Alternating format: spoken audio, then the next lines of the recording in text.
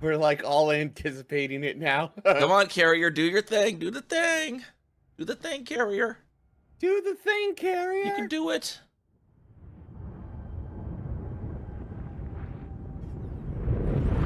What if it... There we go. It's starting. Okay. Now accelerate.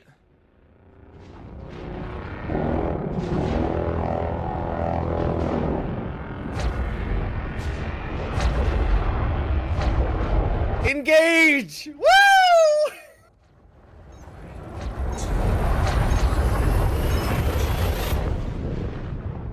Boop, boop. There we go. That was actually well timed. I like that. That looked really cool. This looks very promising. Yeah. Waterworld. Waterworld. Hell yeah. Not that we can turn in the data, but you know, it's cool that we found a water world. I want this. Is there any lower water worlds in this too? Because we're... What?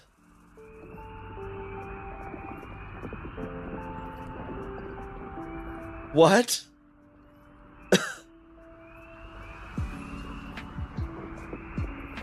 Seriously?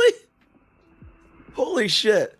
I was about to say, is this possibly the lowest water world on record? Because we're really far down. Is this possibly the lowest Earth-like? Like, what? Holy shit.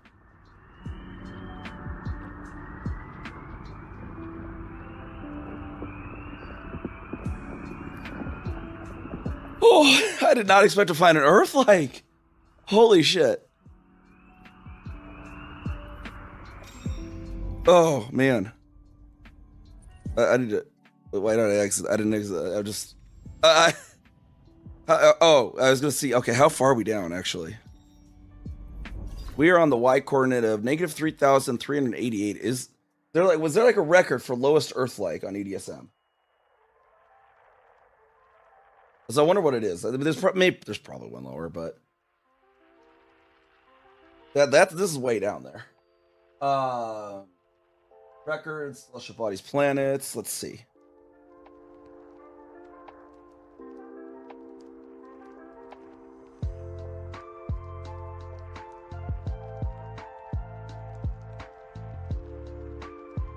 Earth-like. Lowest is... Wait, this should be lower.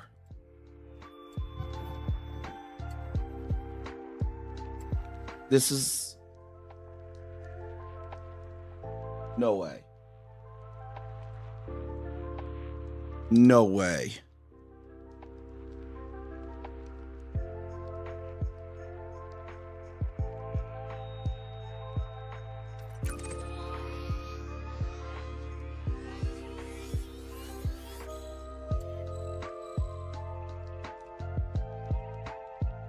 No way.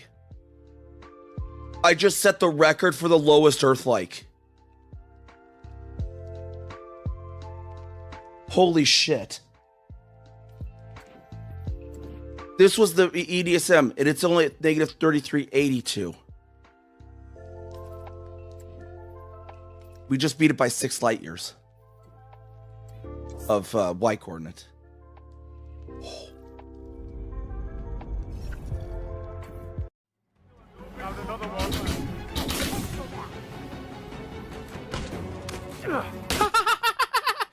He shot his own teammate, tried to shoot me. That's great. You're too dumb to live. You're too dumb to live, sir. You're too dumb to live. Too dumb to live. Too dumb to live. There you go.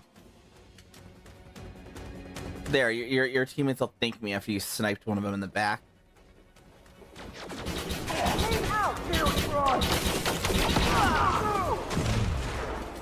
And then that guy grenaded his teammate. These guys are just lovely at teamwork, aren't they?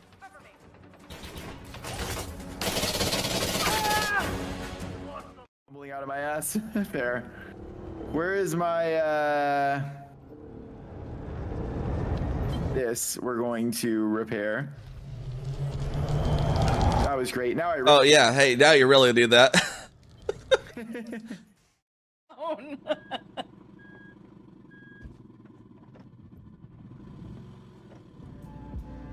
Hey there, everyone. How's it going? How's it going? Welcome into another Elite stream. We got a new community goal here today with the Distant Worlds 3, some sort of hauling goods CG, but it comes with some of the pre-engineered Class 5 racks for top 75% players. So we're going to go do some hauling for that with Neve today. Kessica's not quite back to the bubble yet. We'll probably do her tomorrow. Otherwise, welcome on in, everyone. Welcome on in. That's just, we're just going to be doing some hauling today, basically. Back and forth hauling.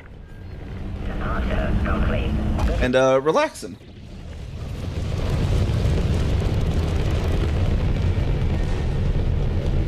And see where it all takes us. Track down a system, LTT 18557, that seems to have the supply of the power generators fairly close.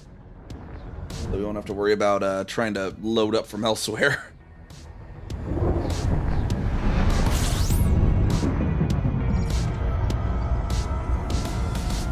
Let's see if that should be within our jump range, just one system back and forth. Frame shift drive charging.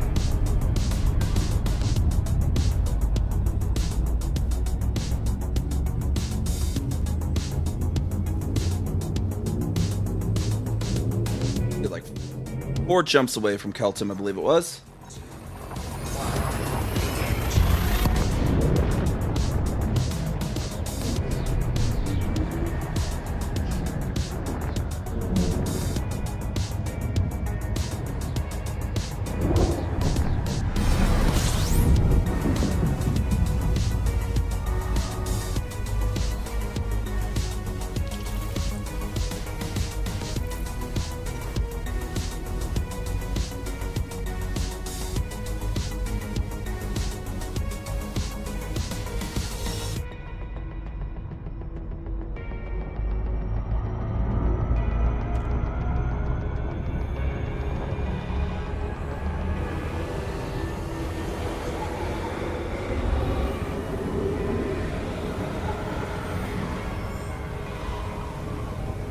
Frame shift drive charging.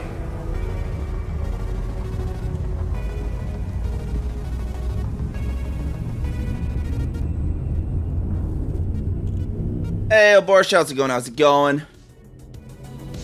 I don't know, Boris, had you been doing any hauling yet, or had you not got to that yet? I was looking at the Inara. It looks like you might be served by preloading the carrier too. It looked like for if you were going thermal cooling units, a lot of the nearby stuff within 30 light years was all zoomed out. Okay, cool. I'm going with the power generators. Looks like there's a system about 20 light years away that still seems to have a decent amount of power generators, so I'm going to try see how this pans out for me. 3 jump route, been rough. Okay. Yeah, I got this particular... Oh, where'd my... Those chats. Built, there we go. I forgot I reorganized my stream deck a little. I still need to just get a bigger one. But, I need a bigger... Need bigger, you know? Anyways, yeah, I got that particular build. It's kind of my, my defensible CG hauler. Panther Clipper. Little less cargo space, but damn, it has shields and hull. And a little bit of extra jump range too, because CG's often, as I mentioned, you can't quite get close. I stuck a booster on there. You're late. I'm late. I'm horribly late. I got into just some stuff had to deal with and clarify in advance and all that. Then I got talking to someone. Oh, wait, am I wanted there? No, I'm not. I'm wanted the. Why am I wanted the other places? Why am I wanted? Oh, minor misunderstandings. Gotcha. Hey, who am I wanted by here? Not wanted by any of them. What? Oh, orbital constructions. Yeah, Brewer. Yeah, speeding fine off. All right, so the Jackard Point looks like it's fairly close, at least. I need to get up some money as well. I apparently my carrier on my other account had basically ran out of its upkeep. What is my upkeep on this one? Jeez. Okay.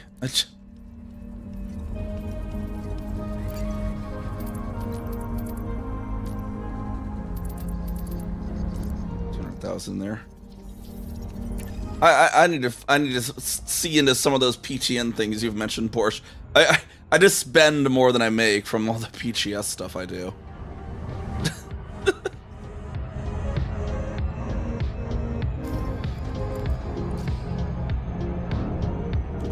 Maybe I'll get some decent money on this CG as well. Look like it was 10x Galactic's average buy prices, I think it said. You 30K's up. Oh, isn't the thermal cooling units like 30K profit though, basically? I'm doing the power generators. They look like they might be like 20K because they're a little cheaper. What'd you miss? What do you mean, what'd you miss? You didn't miss anything. We just started. Doing the wine thing. It's gonna be shortly. See, I tried to do that last month, and so I put my alt on their Booze Cruise carrier, and I was like, okay, cool. They'll probably ping their Discord when they start. And then the next ping I got was, thank you for participating in the Booze Cruise, everyone. It's over now. And I'm like, huh?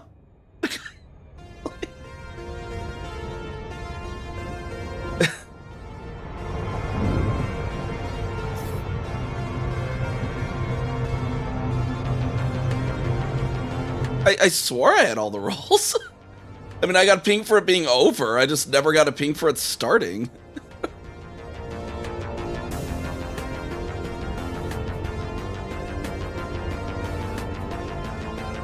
We're doing some hauling of that CG that I mentioned in DM as well, Kira. This will be a good one for you to do as well. Decent money income and unlocks a unique pre-engineered Class 5 cargo rack, which I have in here.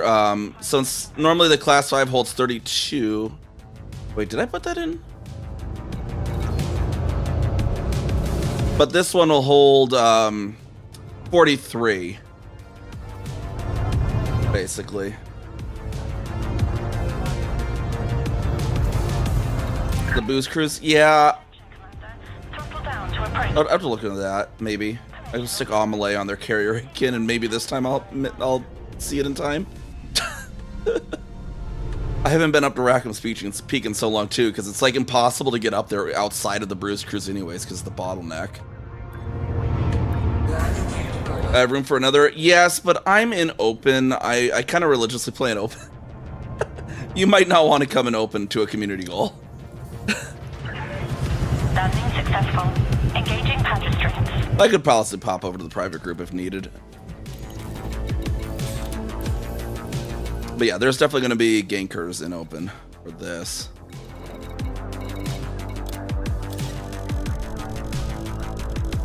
What's our supply looking like here? We got 2,646. Perfect. You just pirated me. There was that Reddit post earlier complaining about someone's like, I got blown up and in open, blah blah blah, and it was like from a Jerome Archer like person. It's like, well, I'll rise the Jerome Archer stronghold. They were just doing power play, and like, well, they still shouldn't have done it. It's like you're in a weaponized ship as an enemy combatant in an enemy military base. You're shoot on sight. Like, well, they should have roleplayed it. I'm like, yeah, they're roleplaying it. Shooting you on sight is the roleplay. You are in a weaponized military vehicle as an enemy in their military base. You're shoot on sight. like if Russia drove a T-90 into a U.S. military base, what do you think the guards at the U.S. military base are gonna do?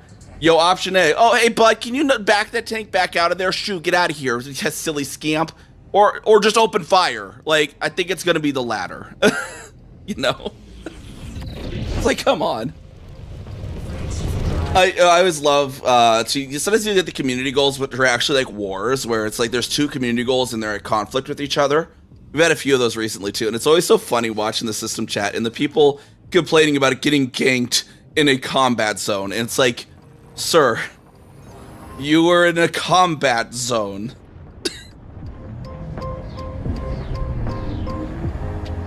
Hard to full T8 on the Booze Cruise liner.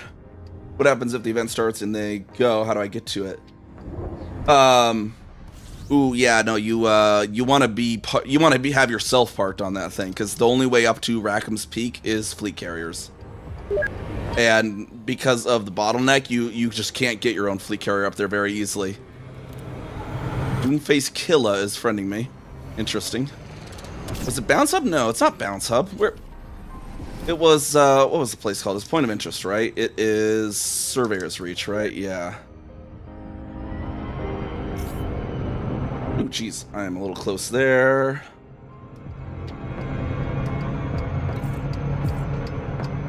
Brondo, wow, that's a long name. Brondo the Thirst. I don't even know what it says.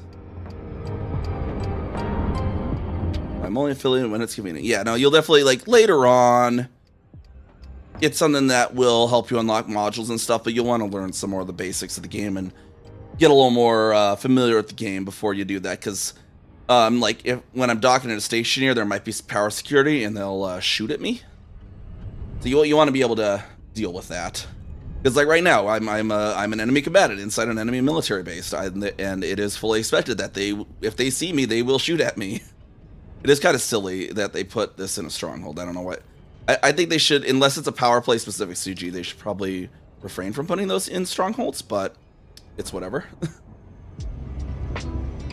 Billing credits is nice for the one thing, but I can also earn ours. Yeah, that's a problem. Yeah, that's like the problem with it too, is you can only get up there, so you kind of have to stay parked on their thing, and then when you're up there, you're stuck up there because the only way back out is fleet carrier. So that's the kind of annoying bit from it, from Boost Cruise. Like, it's a lot of money from what I understand, but yeah, you kind of have to just dock in advance and just you know. I mean, I guess what you could do is every day before you unlog out, you know, just go dock at the thing, and maybe you'll just arrive up there one day, but that's kind of about it, basically. This one mine? No, that one's not mine. I need a low number. I need to roll less than 10. Dang it. It's like the opposite of D&D. I need to roll a low number here. There we go. Roll to 6.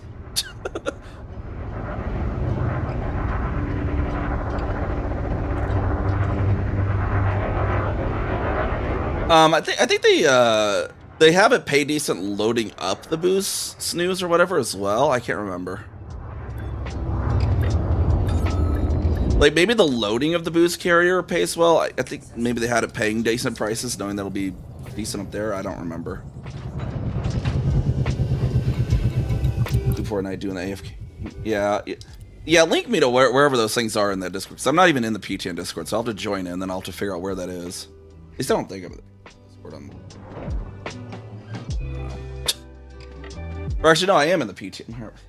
PTN, right? Yeah, I'm in there because I tried to do the boost cruise. That's right. I don't know much about their server besides that.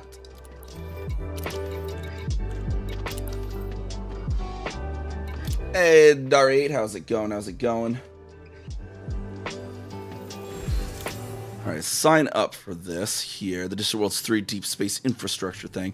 I wonder where that's going to be built. They're apparently going to build something in, kind of like how we had Explorers Anchorage built during Distant Worlds 2.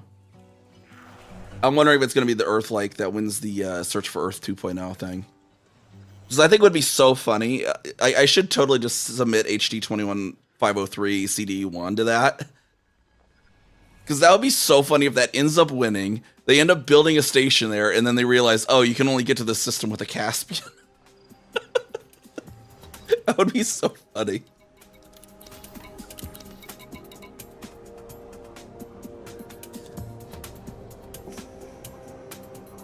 Alright, now that I'm signed up, I did sign up, correct? Stop getting distracted. Yeah, I did sign up. Okay, good. Now I can sell them.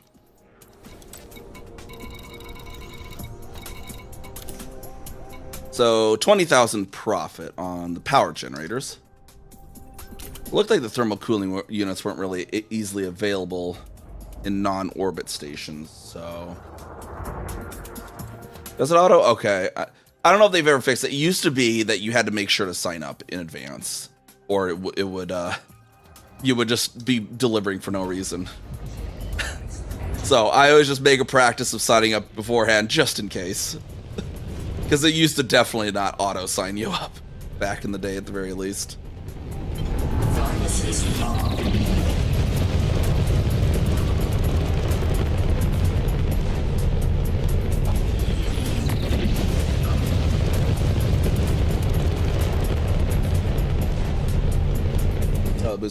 Yeah, I just didn't know the link for the other.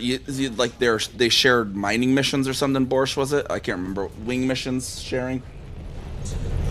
1. Engage.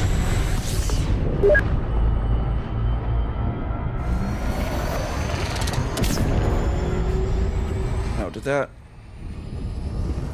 I'll just leave SCO on.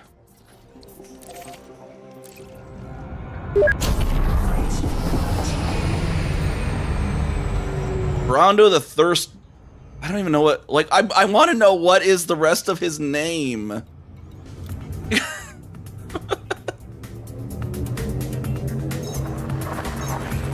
How's my rapping butt ass? That's a good question. Let me see what my butt ass rep is. Or actually, I mean, it should be fine. Depends what exactly it is. I mean, but I'm not necessarily hostile with anywhere right now. See, it's Empire, so I should be good. There have been times when I've had to BGS against the Federal faction so hard, I've been shoot on sight by the entire Federation. Which is always a fun time. But yeah, I'm fine with butt ass. God, there's gonna be some bad out of context clips.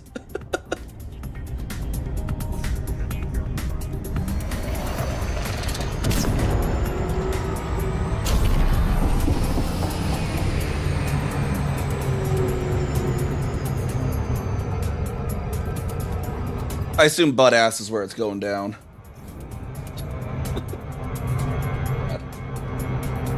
System names sometimes, am I right?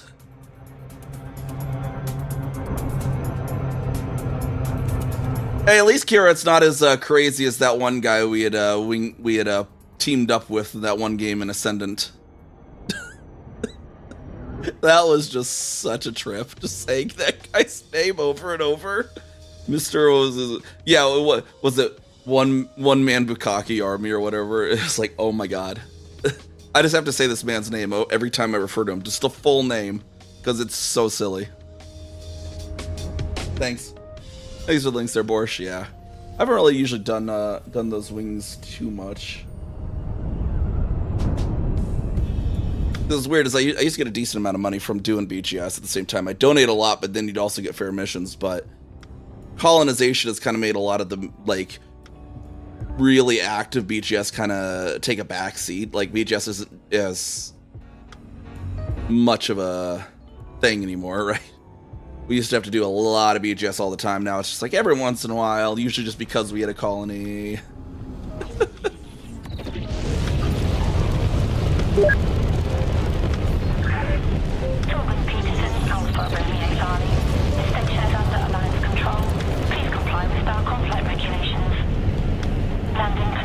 The nice thing is with the Distant Worlds 3 plans, a slight wrench got thrown in the works for what I was planning there too. I'll have to announce it a bit later. We were planning, and we still will do our CEA group for anyone that's interested, jump from MSJ 2009 L1630 MIR-46 over to the NGC 1591 ZUI sector system that Distant Worlds 3 headquarters is in. We'll still do that. The problem is the signups for the official flotillas with Distant Worlds 3 are closed. So what I might do is also we'll just run our own Distant Worlds 3 jump after that. And then I'll just stream the official flotilla separately at some point that day. So the timing may be different, because it'd be awkward to do that jump and then just be like, okay guys, you can't come with me, bye. So I'd rather, like, we're gonna do that jump. I'll do it with the group and then lead my own as well, launching Distant Worlds 3 for those that are part of our CA or other affiliated squadrons to come along with.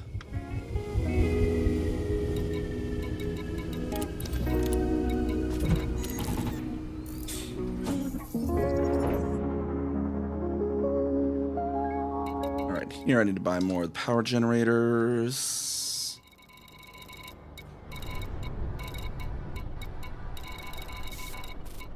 Somewhere in here, there we are.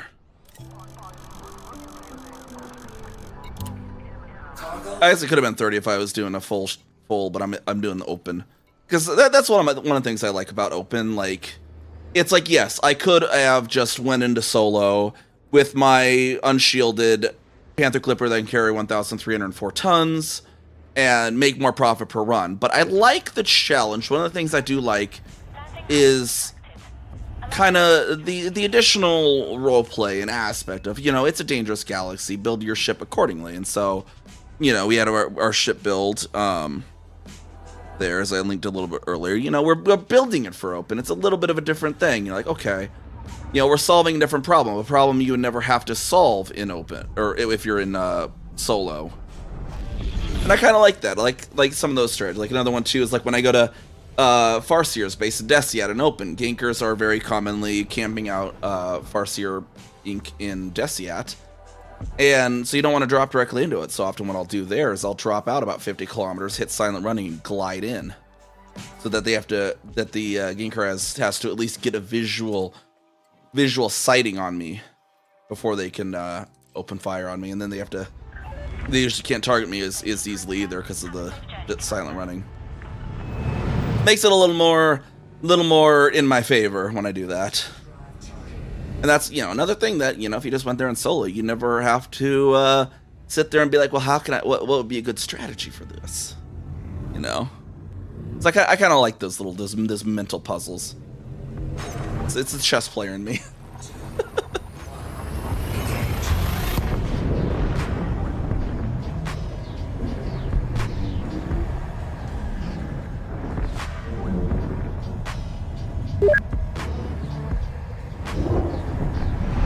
Now that Beep Beat's out, it used to be before Beep Beep, you doing that silent running trick made it so that they didn't even know you were there until they saw you. Now with Beep Beep, this is what you're hearing those beeps from. They'll at least know you're in the instance, but a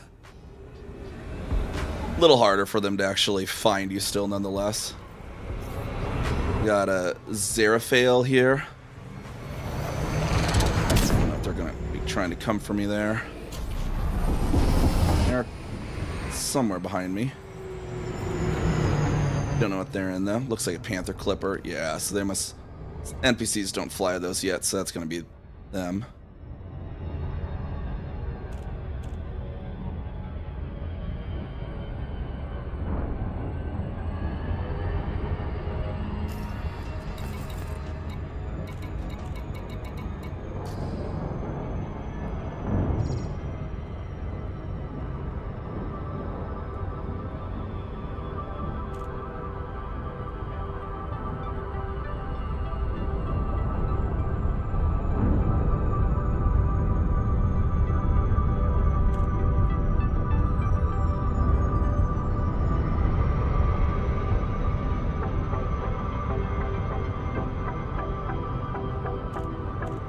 And then I know this other thing this Saturday too. I know I got Planet Crafter. I don't know if we necessarily want to do it this Saturday. I might probably maybe announce a little bit of more lead time on it. But I guess if people are interested too, like Kira, I know you stated interest. I don't know if anyone else has Planet Crafter or is down for it. It's like a team terraforming simulator kind of game. It was kind of fun. I tried it with Lilypup. So we could probably get a community night of that. So we could do that on our variety night this week if people are down. Or we could maybe do it next week or something. Announce it with a little more lead if people need that. That's something you're still up for, Kira.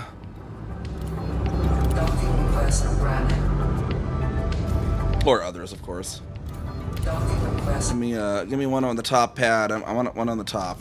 There we go.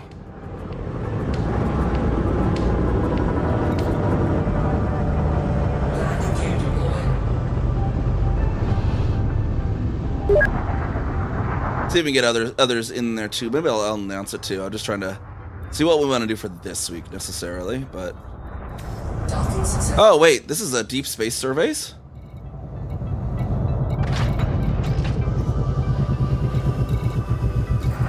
No, never mind. Lev's is Deep Space Syndicate.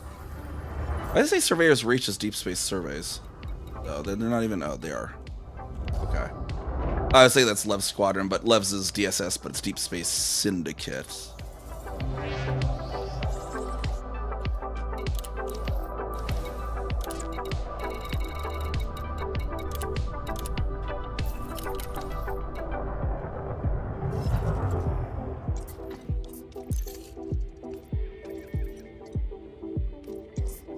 says I have a friend in the system, but it then says I have no friends in the system. Which is it, game?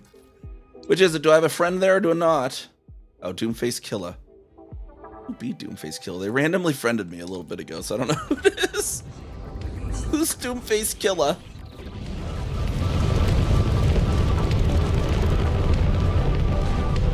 It's kind of the one annoying part is I have to jump around the planet for this one.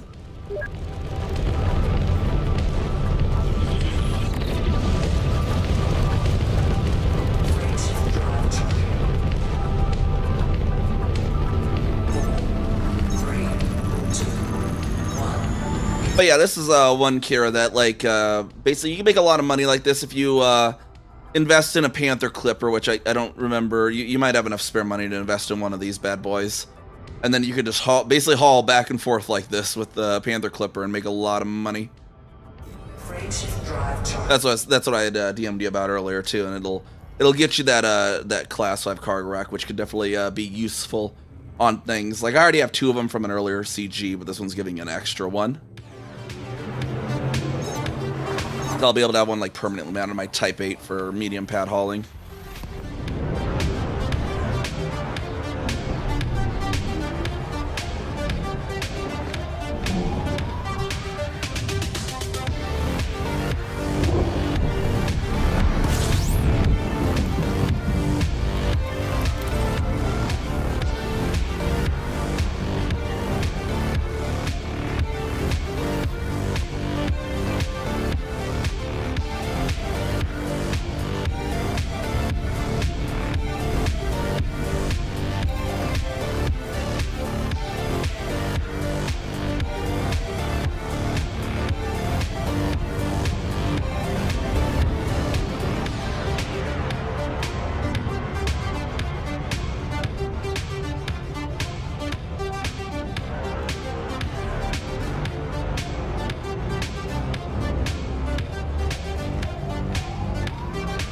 You doing okay? Yeah, why? Stream quality weird? Anything weird? No? Okay. Yeah, what's up? What's up, Nalstro?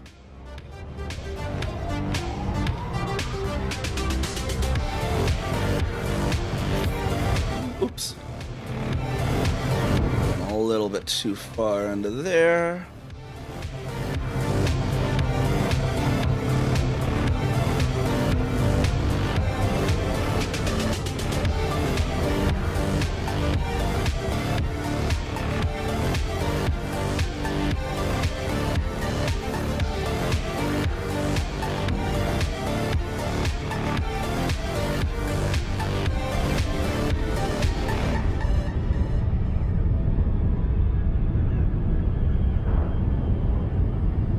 Down here to Jackard Point.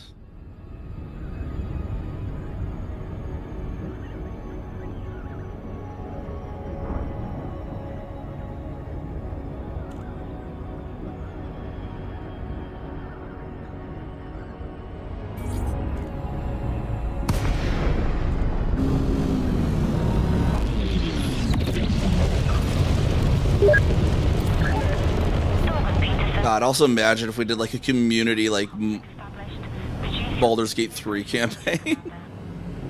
Community members that could do it on a certain date weekly or something. Oh, that'd be funny.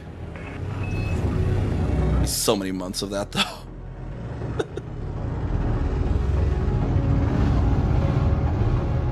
Scan detected.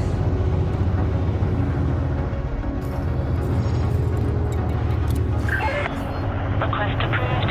Make your way to landing pad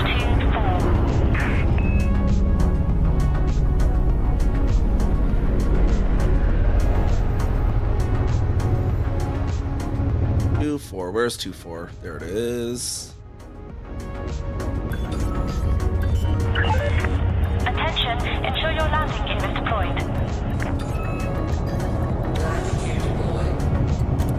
Yeah.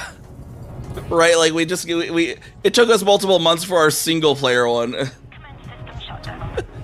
And I don't know if anyone else is crazy enough to join me reliably for 12 hours straight each week. That's the issue with it. Is like I do like 12-hour stretches. I don't know if anyone can dedicate that to it for games like Baldur's Gate 3.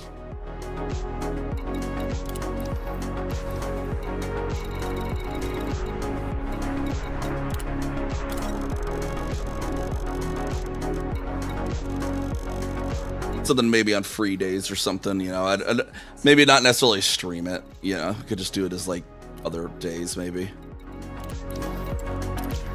I gotta finish my. I don't know. It's like interesting, but maybe. So I need to finish my Sword Road run. I'm almost done with that. Then I want to do a Redeemed Urge run, and then I want to do. Baldur's Gate 3 is too addicting. It's like now I got to do this one. Now I got to do a Redeemed Urge run. Now I want to finish my Lizelle run. Now I want to do a Shadowheart run. Then I want to do a Gale run. Then I want to do. I have too many runs still on my to-do list. I do want to actually. What I might actually try to do is I might try to do an honor mode run. See if I can actually get the golden dice.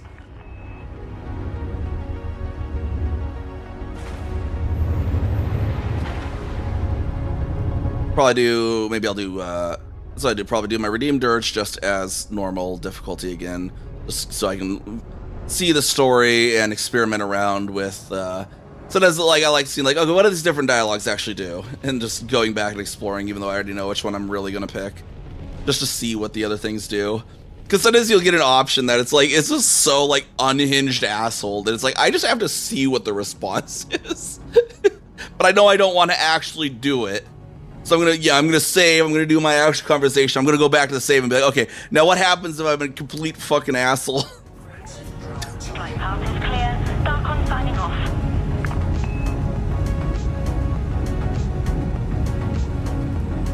off. My sports route has been so fun for some of that too, because like she's like neutral evil, so and I think it was such an interesting, it's been such an interesting one too, because being, because I did it as a, oh, hey, Darth Spriggan with the raid. How's it going? How's it going?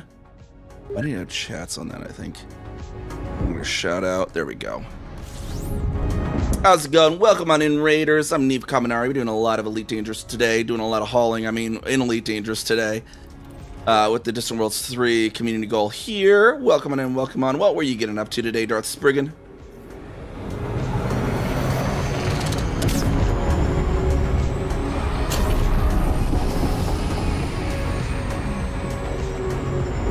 I want to know the rest of Brondo's name.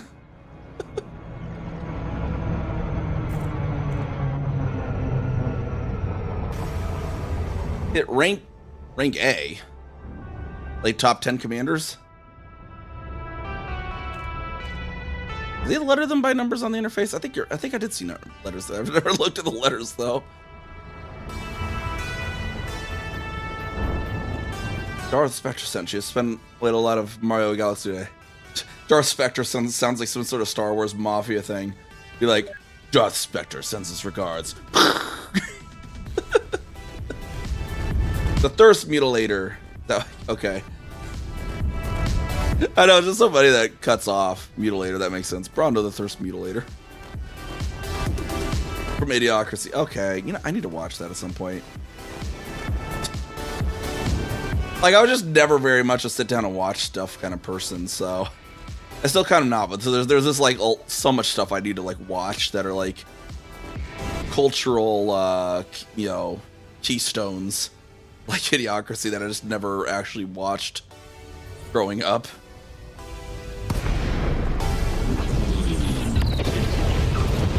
I've heard it did not age well in a very prophetical sort of way, unfortunately.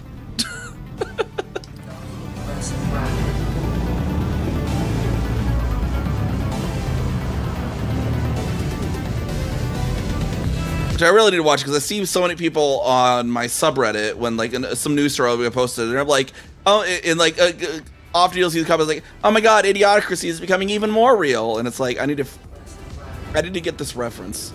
It's posted so much on my subreddit, and I don't get the reference half the time.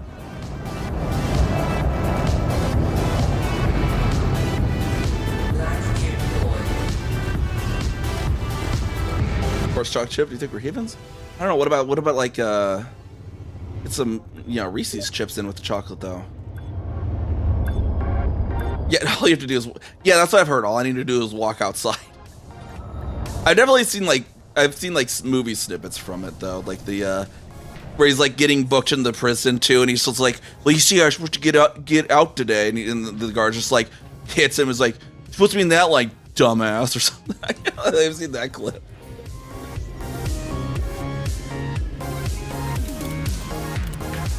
But no, as I was saying right before the raid too, is like my current run with the Spore Druid being lawful evil has been kind of a fun one, because the race and the class lined up in such a way that for like the perspective of the rest of my party, it almost looks like a flip, like in her alignment, but it's not really, because she's a druid and she's a deep gnome. And so like Act 1 and Act 2, like some of the stuff to help out with are helping the druids, and then a little bit of help in the deep gnomes and helping recover the nature in Act 2. And so she's doing a lot of what this would like look like doing good in the first 2 acts, because it's her personal like preference to helping out druids and fellow deep gnomes. But like beyond them, she really doesn't care about most people's problems. So a lot of the other ones, like she didn't care. But like you had Act 3, and a lot of them were like, "Oh, hag got your daughter? Not my problem. Oh wait, the hag can pay me 3,000 gold to kill you? Now it's my problem." You know, shit like that. Where she wants power, like power for the sake of power.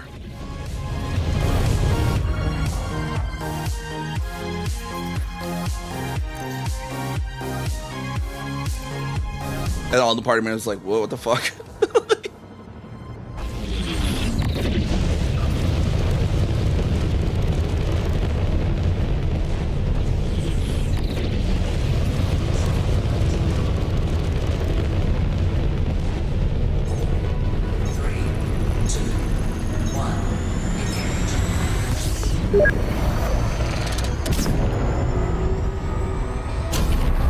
Frameshift drive charging.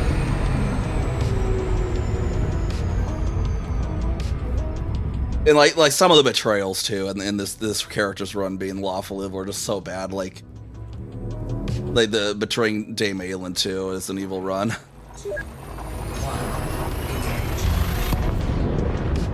That's why like last night it got through that, and it hits so hard, but it's just like, yeah, no. Like Isabel's, after all you went go to free her, it's like, no, you're missing the part that we freed her because we knew she was wanted here. She just happened to also help with our stuff in Act 2.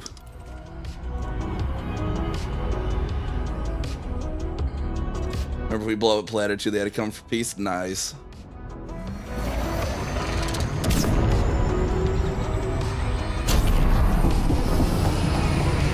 But yeah, no, I really need to like, I'll just follow up a little more too, Kira, on maybe some of the D&D stuff too, because I definitely want to do some stuff. I like the role playing, especially like role playing. The more different of a character the character can be from myself, the more I enjoy it. You know, that's why I like doing the evil roleplay runs. It's just it's you know, lets you explore avenues you wouldn't normally be doing. You know, thought processes you normally wouldn't consider. And that's what makes it fun.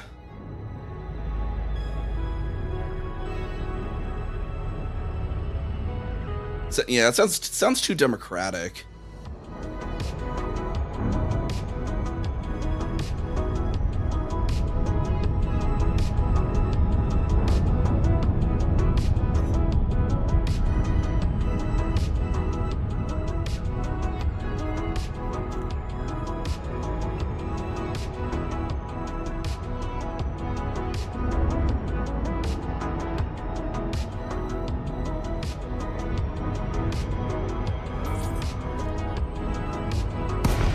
Careful, there's a planet. Yeah.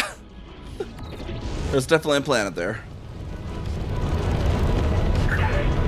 Dorman Peterson, Alpha Romeo Charlie. Alcohol conflict established. Reduce your speed as you approach the station, Commander. Landing committed. Make your way to landing pad 09er.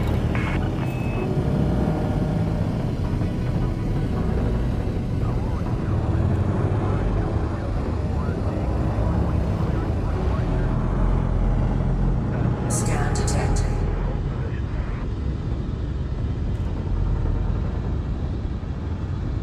But yeah, Kira, I'll probably do this tomorrow night for my other commander as well. We could probably wing up at that one as well. You might want to build a Panther Clipper in advance, though. That might be good. It gets you a little time to prep, if you're interested.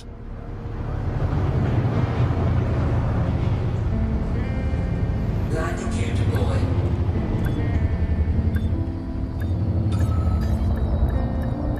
We'll land here real quick. Got to grab a drink real quick. Drink refill. Ship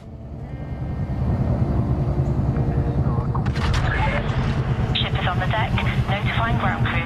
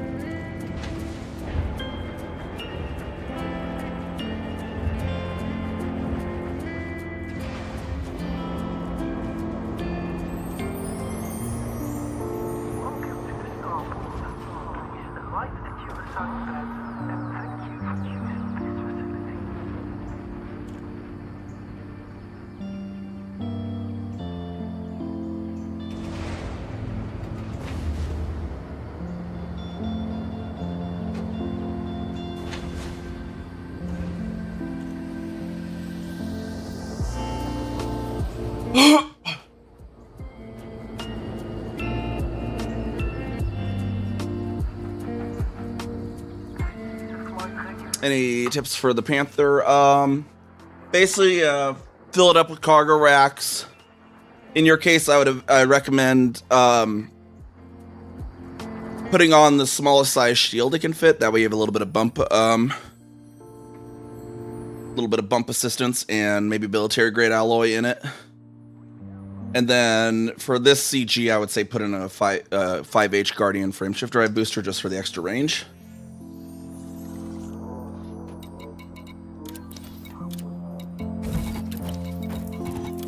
That'd be what I'd say for, because if you're going to do it in solo or private group, there shouldn't be too much risk of enemies.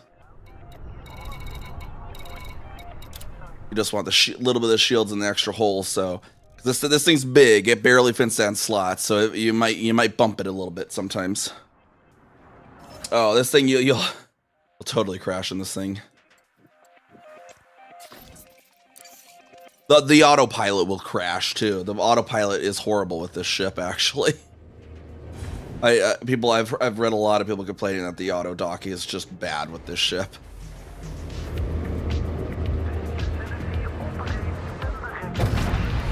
So you might never crash, but your computer will. You're clear to depart. The ship's computer, hopefully not your real computer.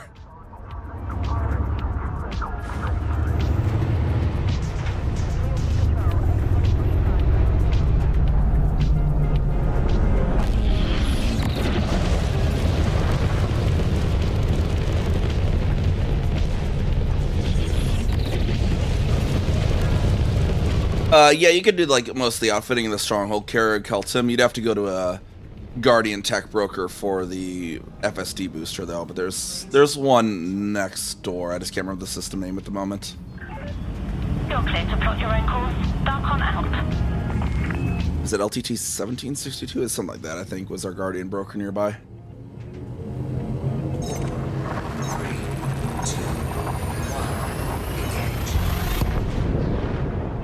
I like how Auto Moderator moderated Dodge Ram. Apparently someone at Twitch really hates Dodge Rams.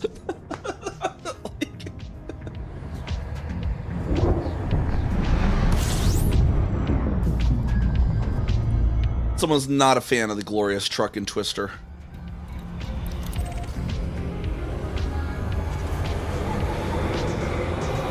God, When I was last searching for to switch from like used vehicles years ago, last time, there was a used 1994 red Dodge Ram on the market. I was like, oh, I almost have to buy this for storm chasing.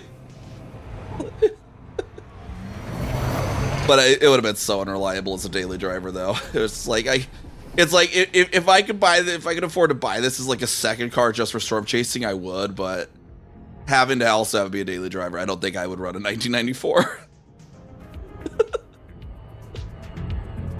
Yes, that's why one of the main reasons I went with Thunderstorm VTuber is I am a storm chaser. I've chased since the 90s.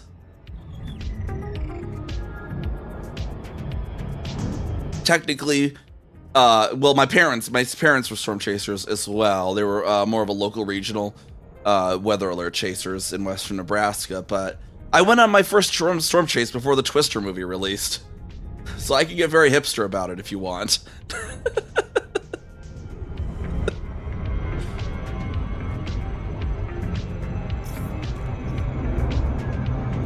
I have, if you want to get technical, actually been inside a tornado.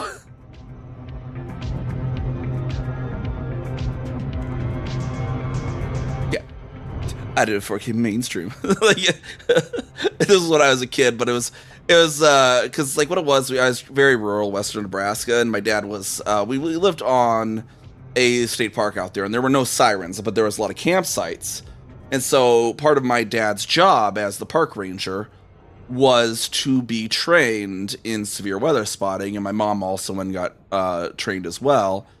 So part of my dad's job was going around the campsites, being able to know which campsites need warned first, what to look for, and whatnot, and being able to go around, get on the loudspeaker of his work truck, and being able to like take shelter, But he'd usually take me along with, because our house didn't have a basement. And so the safest place for me to be was with him. Docking request denied. Because a lot of people think that storm chasers, I mean, there definitely are storm chasers that are dangerous out there, but a lot of people think that storm chasers are dangerous. We're trained to know where to be from a storm to be safe. And that's usually in the northern hemisphere, to the south of a storm.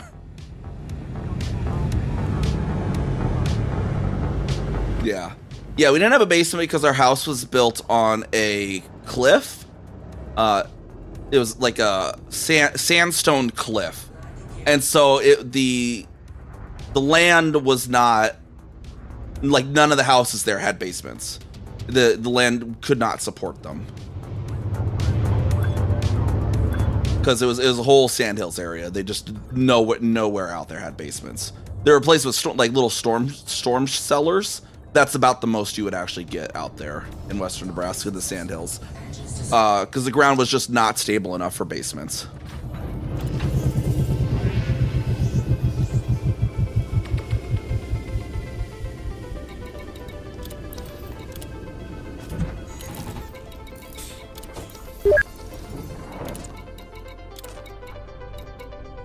All right, we're selling. Here we are.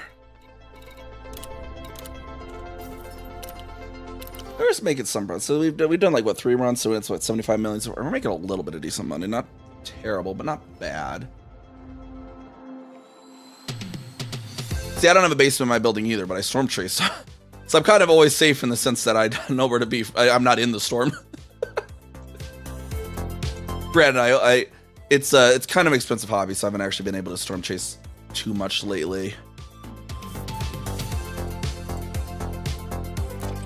I definitely chased a lot in like 2018 through like 2021, but a lot of just other life stuff has made finances a little harder to be able to justify getting out there. This was funny running around swampless maybe. Yeah, swamps are another issue with that too.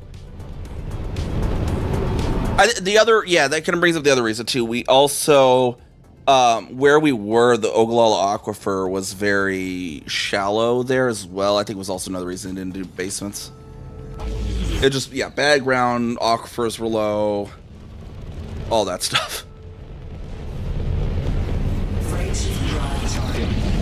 Because as I was mentioning as well in the Cyberpunk stream the other day too, the whole that village that you went diving into with Judy, like, is actually kind of very similar to where I grew up, because the town I grew up in, Lemoyne, Nebraska, was flooded to build a dam and relocated to the shores of the lake that now exists there.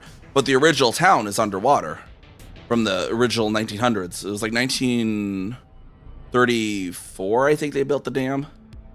But the town from before the 1930s actually is still, and the buildings are actually down there in the lake. And sometimes when the water gets low enough, you can still find the foundations of some of the original houses. Freight shift drive charging. It's definitely not like in Cyberpunk where the buildings are still intact. I don't know what the timeline was with the Cyberpunk dam. Maybe it's less time, but yeah, the real life ones, it's basically just the foundations left at this point.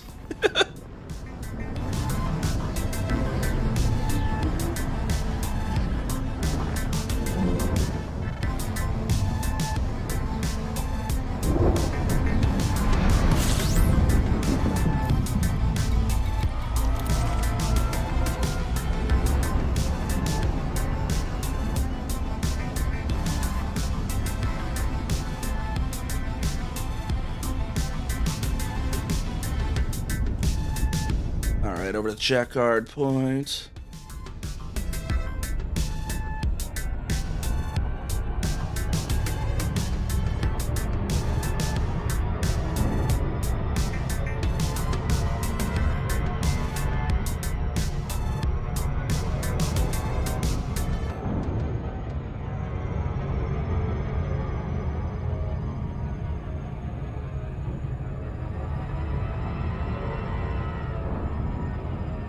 The game was 2077. I just don't remember what the timeline was for that particular town being flooded in the game.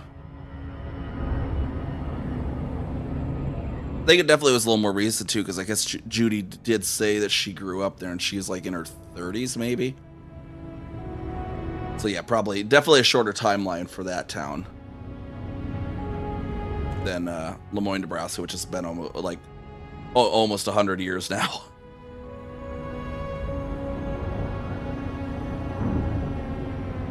2062 to 2077, so yeah, less than 20 years. Like what, 15 there? What would that be?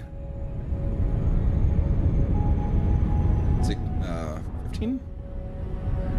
15 years, I think, right?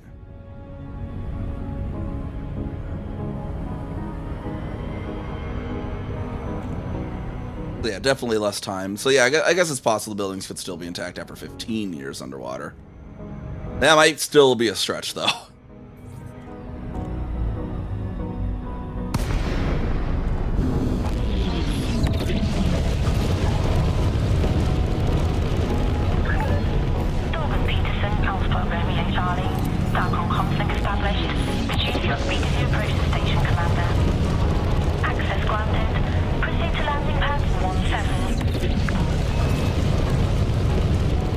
Alright, let's get docked here at Checkered Point again.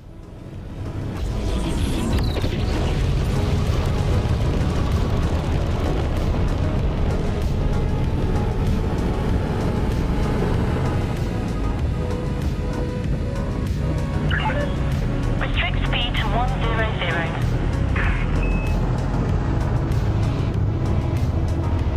Scan detected.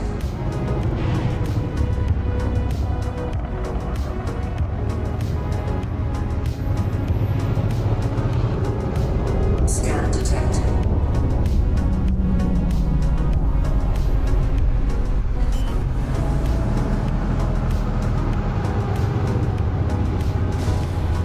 Landing gear deployed. That thing out of our way.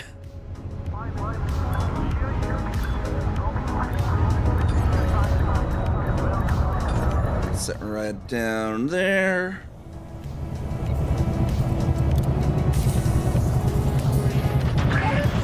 Ship is on the deck, engaging pad restraints. And more power generators. Where'd they go? Oh, geez, the supply is already down to 3,000 now. It was like 11,000 we started. It's a lot of players hitting here now.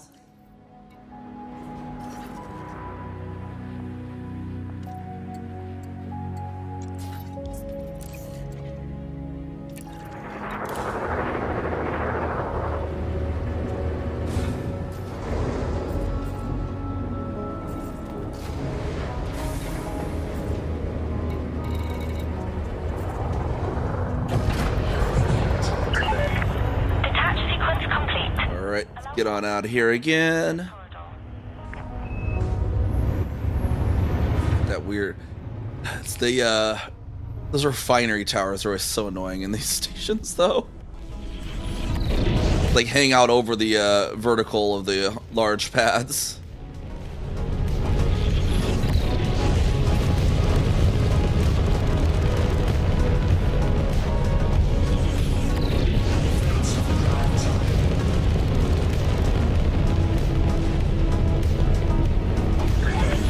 Flight path is clear.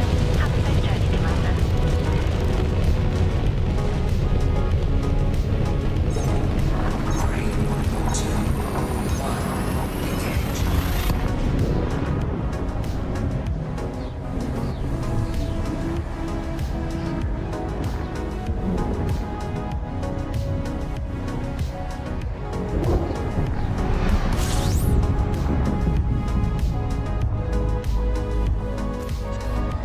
All right, now we're to Surveyor's Reach again. Interesting, no exobio near Alrai. There should be. Wait, was it calling for exobio stuff? I can't remember. I know it was calling for at least these commodities. Was it also exobio, or is it just the commodities, or is that just something else you're doing?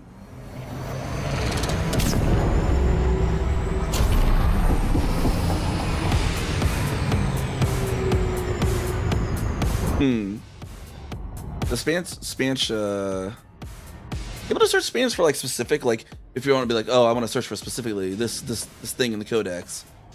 Spanish actually do that.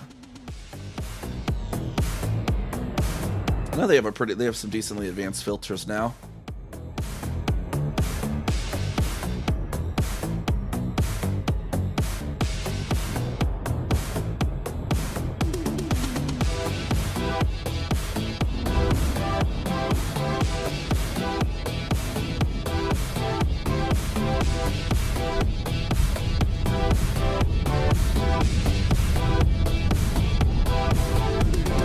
Big Road to Riches option. Yeah, isn't there like there's like an exobio Road to Riches or something?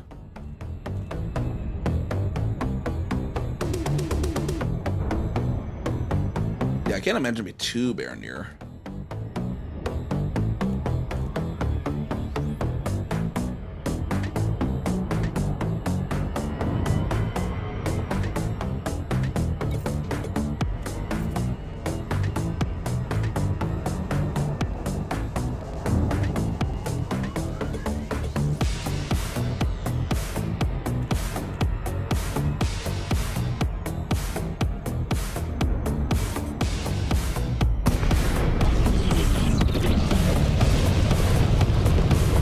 Yeah. Yeah, so they had the exobio version of that now. I didn't ever really rank up. Oh, I guess I did get Exo to Elite on this account as well, apparently. Wait, I'm on the Neve account. Kezico one I did before they had buffed exobio. That was a real slog. Alright, so I need higher numbers.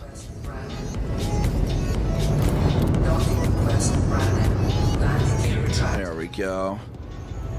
Someone actually holding in Type 9? Oh no, it's an NPC.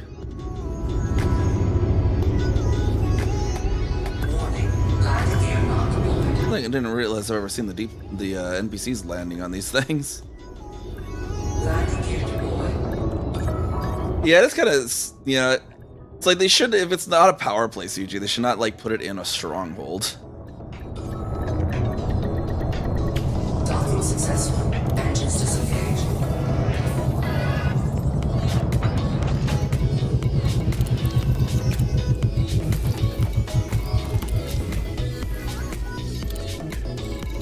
Granted, I don't think I've even been shot at yet by the power security, so it's whatever.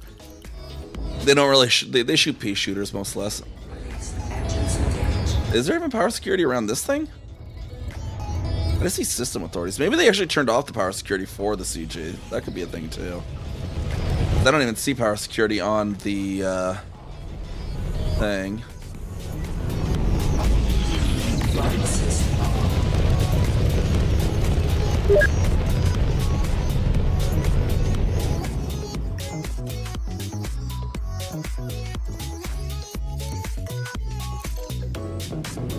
Did the Distant World 3 crew select the system, do you think? I don't know. I don't know if they necessarily did, because I think Alrai used to be where... There's been something else at Alrai before. I don't remember what it was, though. But it's not really tied to, like, the Distant Worlds 3 stuff. Alrai was... I think they had the Trailblazer ships here in Alrai before. I think that's just... And they're just using it again for that.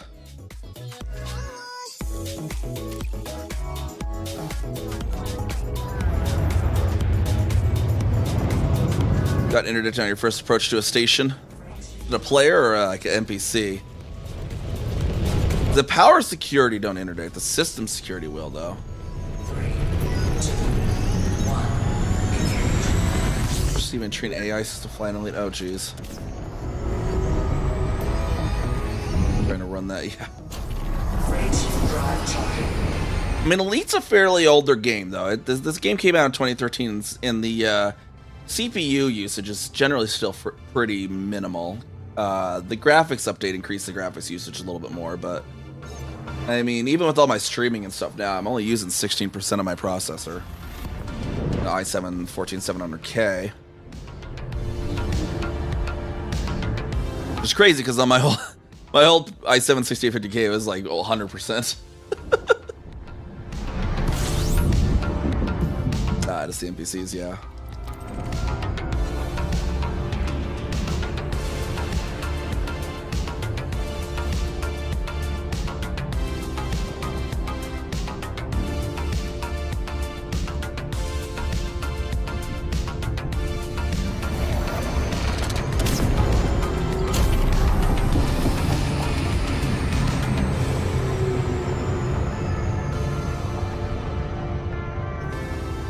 I think the other thing too, Kira, is that they'd probably fall, like, if you actually had an AI flying in the game, that'd probably fall foul of the terms of service, though, of their terms of service against, like, automated tools.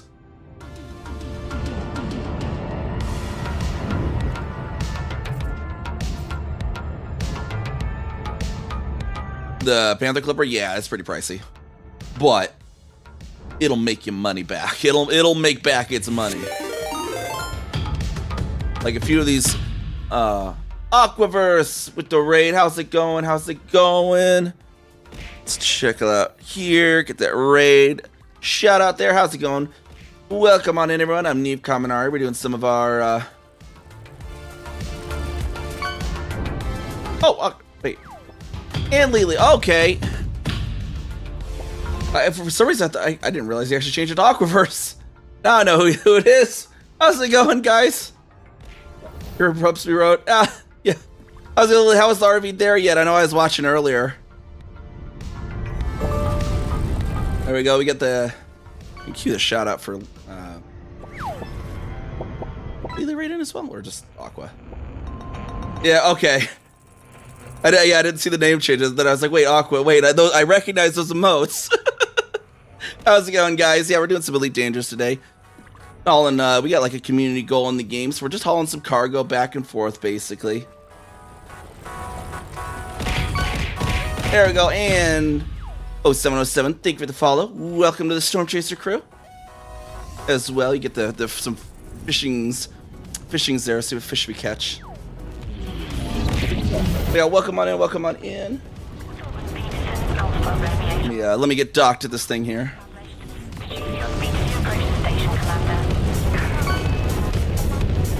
And as well, Bisky Chama 07, welcome to the Storm Chaser crew as well. Fly around this bad boy. Where is our entrance on this thing? I was looking at chat and I forgot to check where the entrance was. There it is. What you get for the clipper? Lots of cargo racks, basically. And then you'll probably want to do a little bit of shield. Ah, thank you, Risco. Thank you, thank you. Let me catch up with some of the chat here as well. While I fly. You got a dock. I got a dock that'll... Oh, I got a request docking. I'm trying to concentrate on so many things. Did you guys finish the RV there yet or not? I had to get ready for stream a little bit. So I saw you guys were in the swamp area. So I don't know if how far you guys got past that yet. Boop. You did finish. Okay, yeah, I'll have to look at the VOD too. I've only so far got in. So we had a run going with another streamer, Commander Totally Not a Demon, and I got to the section that with going up the hole that took you guys like 8 hours or whatever, the multiple stream that the boards going up the hole. That's as far as we've got in our run so far. There we got, and we got the Lily Pup shout out there as well. All right, as well. And yeah, and anyone who doesn't know already, so Lily Pup does have the artist tag here as well. My channel logo is made by Lily Pup.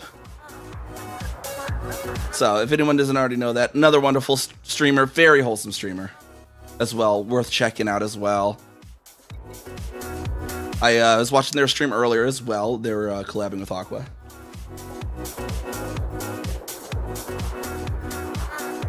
Let me catch up with a little bit of the chat here.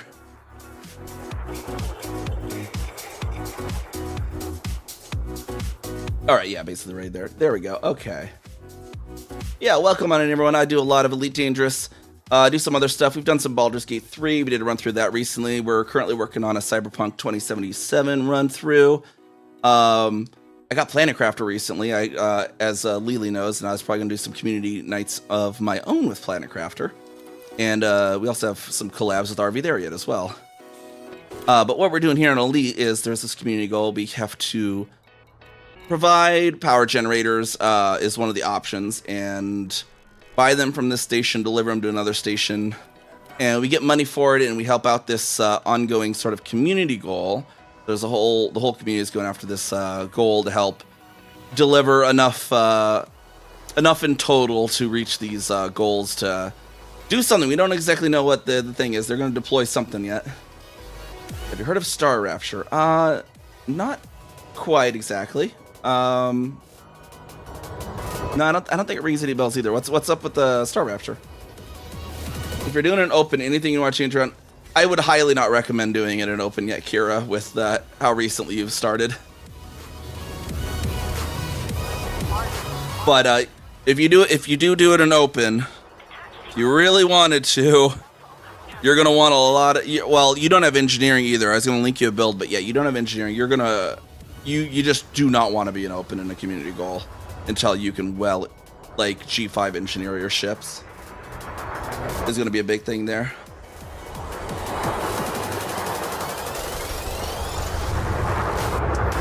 Yeah. Yeah. Now, see, now Lily and Aqua, you got to do the. I think there's the winter map now. I tried a little bit of the winter map with someone else, and it's like even tougher at the start than the other one.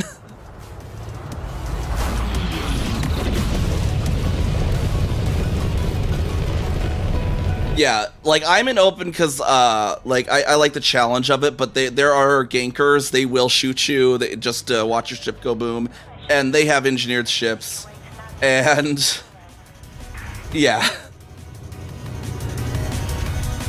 it's kind of a space theme, crafting shooter survival game. Okay. Satisfactory. See, I haven't played Satisfactory. I think I've seen a few streams, but I don't really understand much what's going on with it. I think I've seen Minnie stream a few of those, for sure. But I don't know if it's at all, if that kind of is similar to Planet Crafter. Planet Crafter, like from what I was seeing, I was. Why did this not target my next system? See, the eternal streamer struggle. I'm trying to concentrate on like so many things, I just forget stuff. Like talking and trying to remember this and that. I'm just sitting here like, where's my point I need to fly at? Anyways, yeah, if it's like Planet Crafter, I was kind of little bit confused on the Planet Crafter team because I came in like as the world was already done, but it seemed like I got to build stuff. You got to build them in different stages to unlock different stuff, and I think we were at the insect stage. It seemed like, Flight path. so I had to build stuff to get insects, and I imagine there's other stages before that. But it seemed fun, so I'm definitely going to try to start a world of our own. Try to get some community nights going as well for our folks over in our little Discord that we have as well. I'll probably link that. Oop, what did I?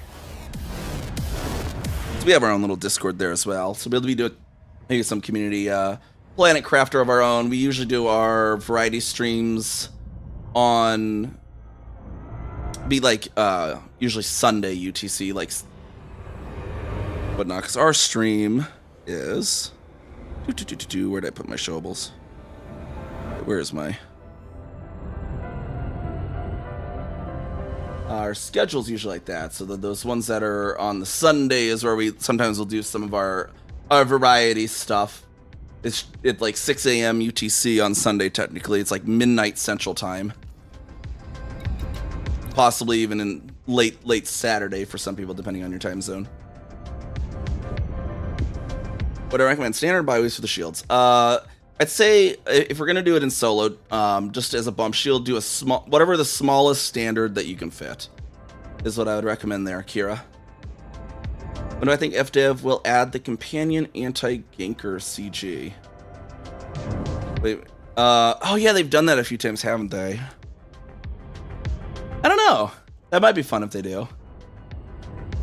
And to be fair, I also gank as well, but right now I'm doing the Holly.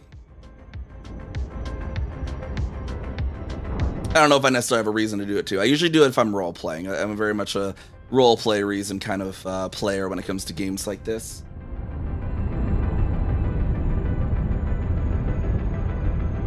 But again, yeah, as is usual, if you have to run, take care of yourself as well, Aqua and Lily, make sure to do that. And thank you for the raids. Much appreciated. Much love, much love. And yeah. But we try to just we just chilling out tonight, just hauling cargo basically in our space sim.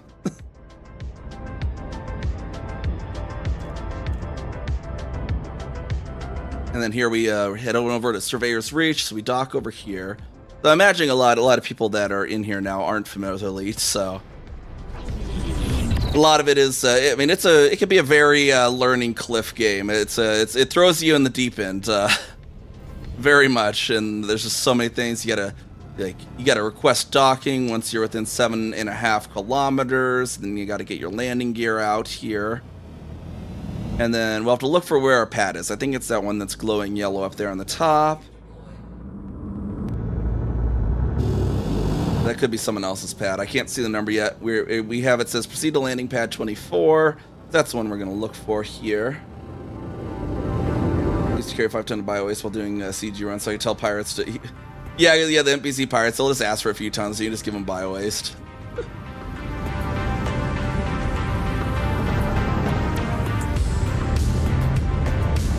There we go, and then landing pad 27. And you see I kind of have above my head as well a little joystick interface, kind of show what I'm doing with my joysticks. I got one joystick in each hand, basically is what my control setup is. Limbens and AFM, something you'll need? No. For this, you'll want... let me get you the link here. So we got our current build here. If you take a look at that build real quick, you can kind of see what I'm doing. But what you're not gonna need the shield boosters, so you don't need the shield boosters. You can fit a smaller shield, and so mine's a little more armored. You can get rid of the module and the whole reinforcements for more cargo, basically. Yeah, I got twin stick, and I actually got 3. I got a throttle quadrant, which is what this is. This little one here that I'm doing. So I got 3 throttle axes. So I got this one's my actual throttle. I got one that controls my radar, and then this one's when I'm in the full spectrum scanner. That's what that is over there as well. And then twist. These are the twist axes, and then the X and Y.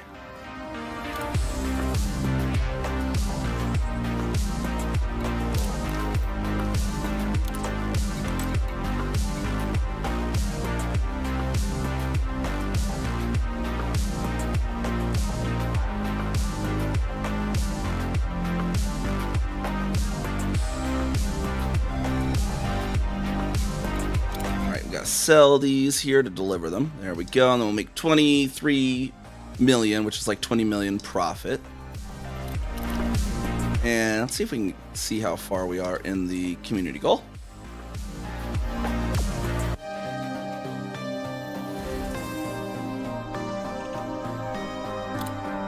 All right, so we're in top 50. Let's try to see if we can get in top 25% so we can be in the safe threshold for top 75. Because if we get in top 75% on these community goals, we'll get a special equipment. It's a cargo rack that could hold a little more cargo than the normal cargo rack of that size that you would put in there.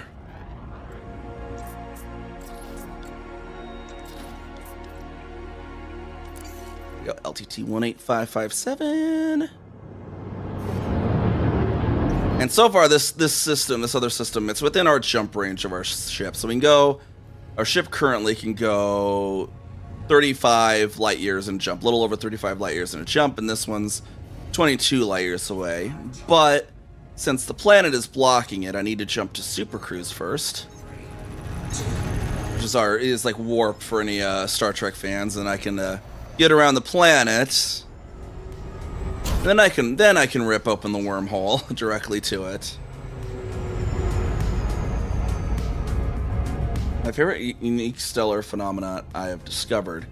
The Stolon trees in the very far northwest are really cool because they're just so massive. Once I can show on the galaxy map here once I get over in this other system.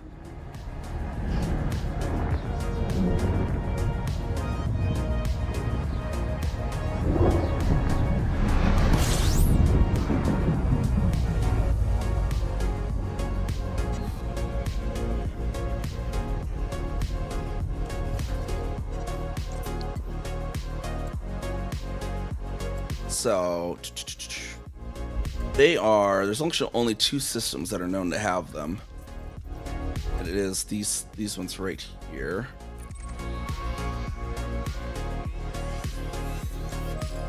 It's Flyu Groa, these 2 Flyu Groa systems way the heck out here on the far northwest of the galaxy. And they have the Stolon trees, and they're just these huge frickin' trees. Ever been to Sagittarius? Yeah, I've been to Sagittarius so many times. It's really fun as well. The supermassive black hole, Sagittarius A star at the center of our galaxy, for those not familiar.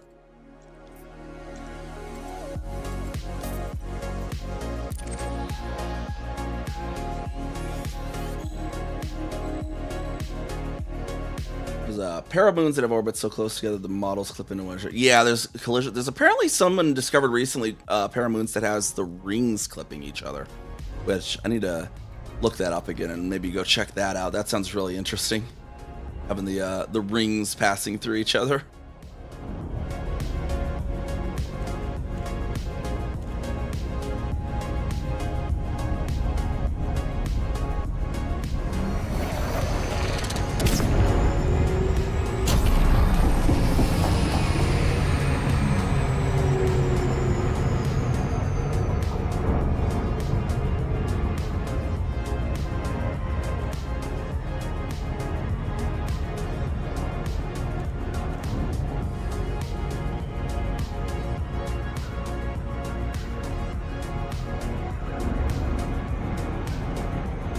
Right here into Chiquad Point.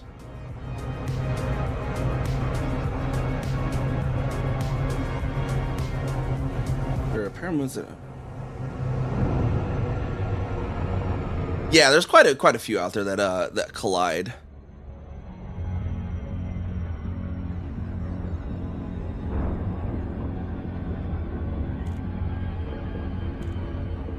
Last time I played, I was trying to get there, got ambushed halfway, and lost your ass. Put the game away for a bit after that. Anyways, that was 2019. Gotcha. Yeah, especially easier to get out there now, especially if the ships like the Caspian and the Mandalay with their insane jump ranges, and the Caspian gets the extra neutron boosts.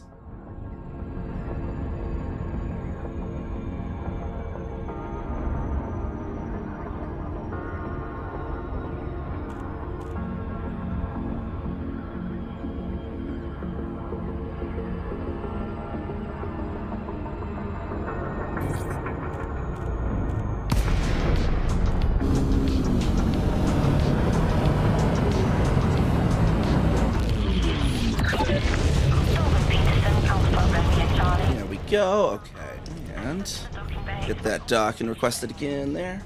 Access granted. Proceed to landing pad 17.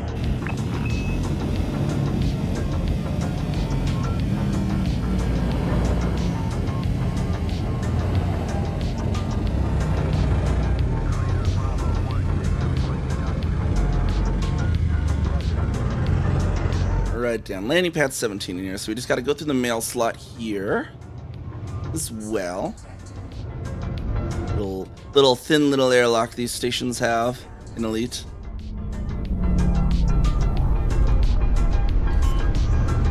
Down to pad 17.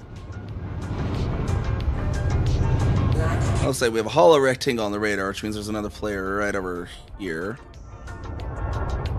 There, I see Doomface Killer there. Been running into them quite a lot there. LORX. Isn't that...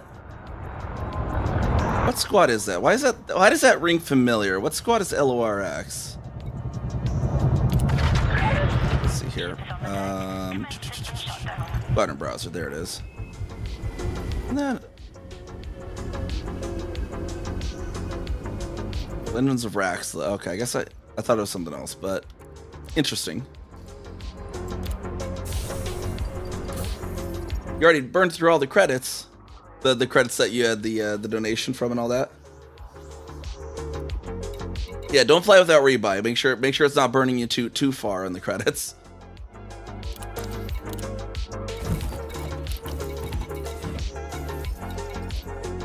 You need to take some extra money from the squadron carrier bank. That is fine as well. Yeah, you know, take a little extra money from the squadron bank if you need to outfit a little bit. Especially because you want to make sure you have the rebuy, too. The rebuy is going to be expensive on one of these ships.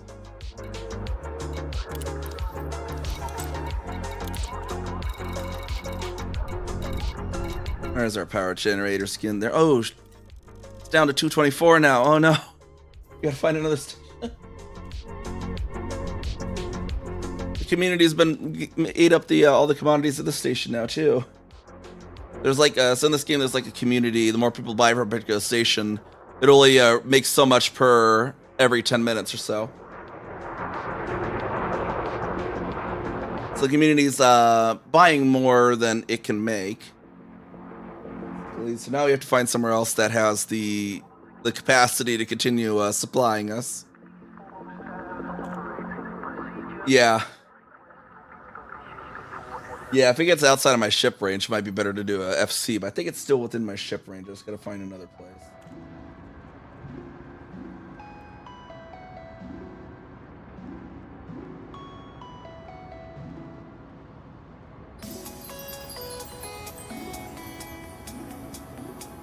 LHS 5386.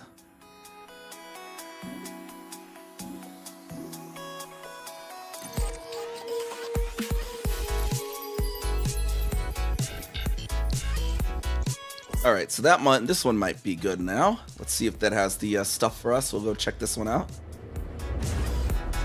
President mentioned Star Citizen earlier in 2025, and buying copper and corundum was like picking hen's teeth. Yeah, because you only got like one system there too, don't you, in Star Citizen? You're clear to depart. You grab the credits from the bank. Good question. Let me take a look here. You might have to... Let me see if you can do it remotely. Oh wait, no, that's my carrier. Whoops. Squadron bank. Oh wait, we have an application?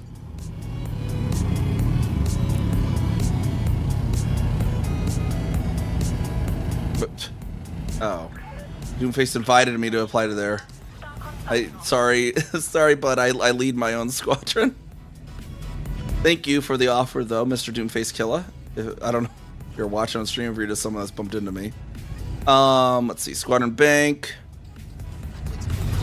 Go to credits, and you should be able to... Oh,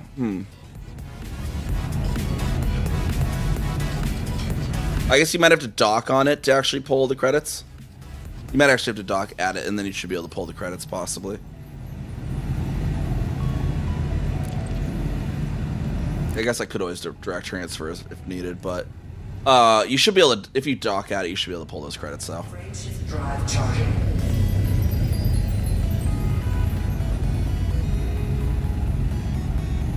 Made 3 months selling 1 million worth of corundum and copper after mining it. Oh man, kind of reminds me of something I did once too. Right when the green guardian, the corrupted guardian relics came out, that you could convert the blue guardian relics to the green ones at the Thargoid sites. I was like, at some point, I was like, oh, there's gonna be a CG for this, and then like there wasn't for like a year and a half, and so when they first came out, I converted like 200 of them. And then like a year and a half later, and I just stored them in my carrier. And then like a year and a half later, there was a CG, but it wasn't really rewarding something I was interested in. And so I just set them to sell on my carrier for a crap ton, because it was like a real effort to get them converted. You had to go collect the relics, and you had to go take them somewhere, and you convert them. And so like I just set max price, and someone bought all 200 of them, and I made like $1 billion out of that just from that one sale. Electric Callboy Memorial, eh? No, it's a little further in the system. That's not too bad because we have SCO.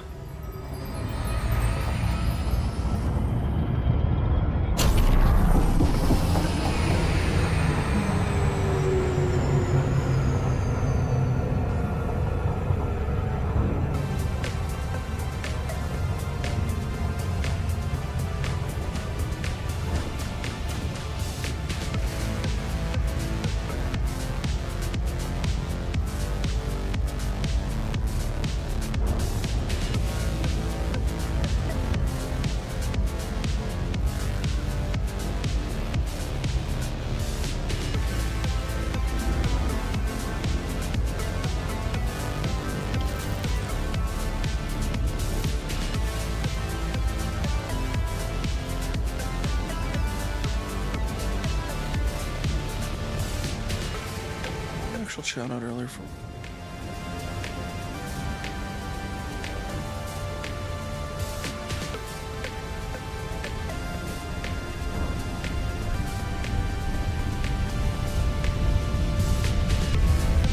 dock here.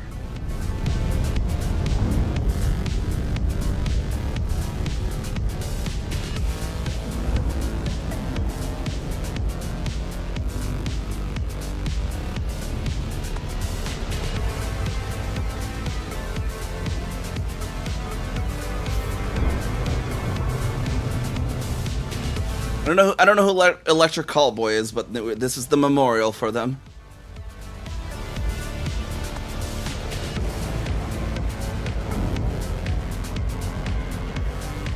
So there are a similar pair of moons that have pretty much the same orbits, IRL, Saturn moons, Janus and Epimetheus. However, instead of colliding, they swap orbits every 4 years. Okay, okay. Can't get the cash by the time I'm unloaded. I can remind you here and play the buy sell. Yeah. Well, the squadron carrier should be. Are you in Keltum, Kira? You in Keltum at the moment? It should just be in Keltum, I think.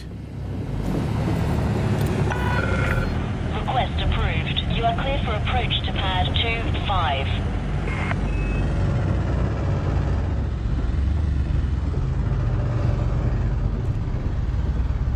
Blood Brothers from Alarai, and they got the very blood-colored station here.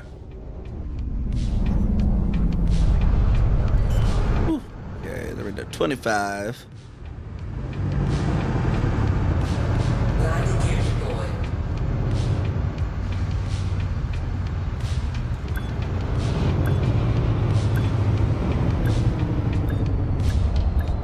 Right down there, and down we go.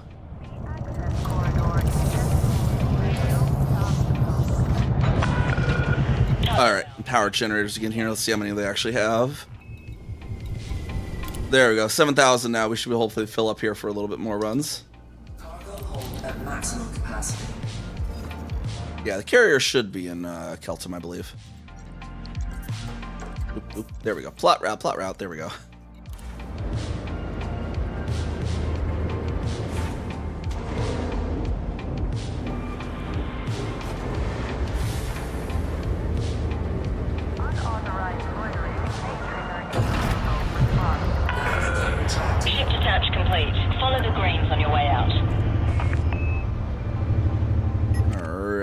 slide up right here, and we'll wait for this Type 7 to get in, so we aren't trying to share the mail slot with them. We are too big for that.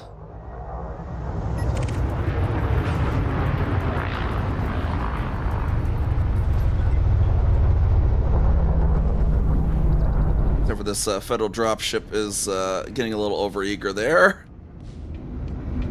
And that's what shields are for. Maintain a minimum And just as long as you are under 100 miles an hour, it's not illegal. Scan detected. Or 100 meters per second, rather. Because in the Elite universe, if you cause a collision, as long as you weren't going too fast, it's totally legal.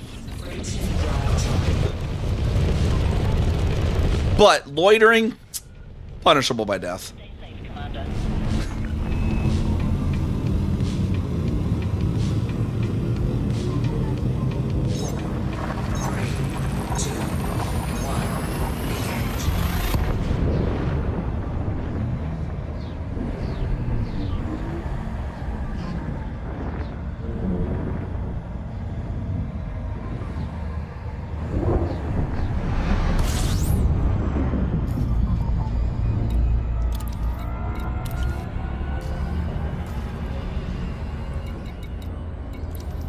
Two surveyors reach. Actually, no players in the instance this time.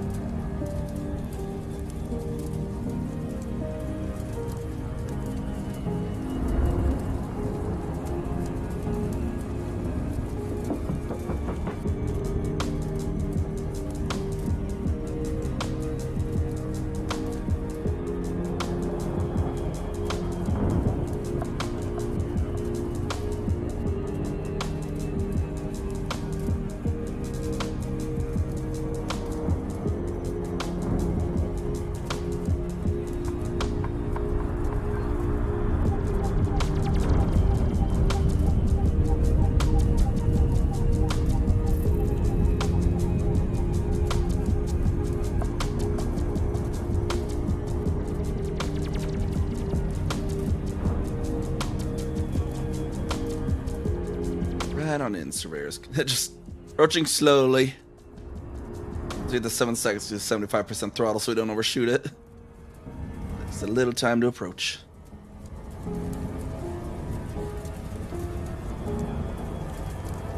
And down we drop.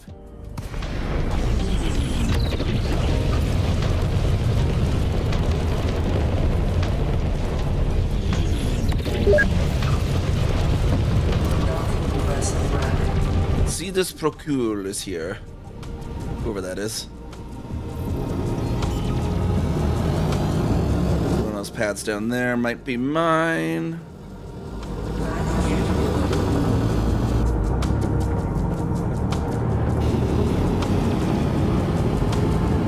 Pad 07, Commander.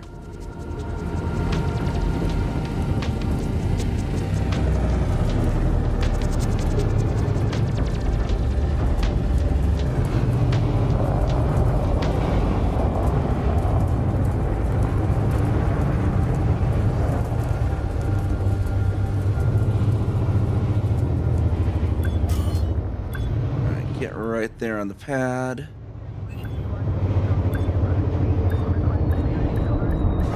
Docking successful. Engines disengaged.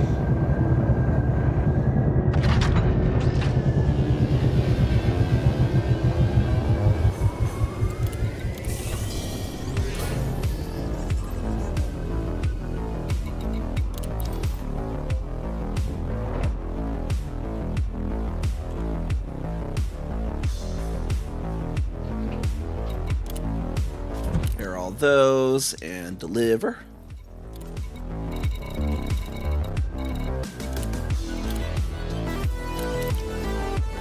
And then back to our system again. New one. This time, which one was that? This was, no, that was the old one. Now we're to 5386. By this time tomorrow, all the nearby systems are going to be drank up, though. We might have to be doing carrier runs tomorrow. That might be when we end up doing it tomorrow in any case, Kira.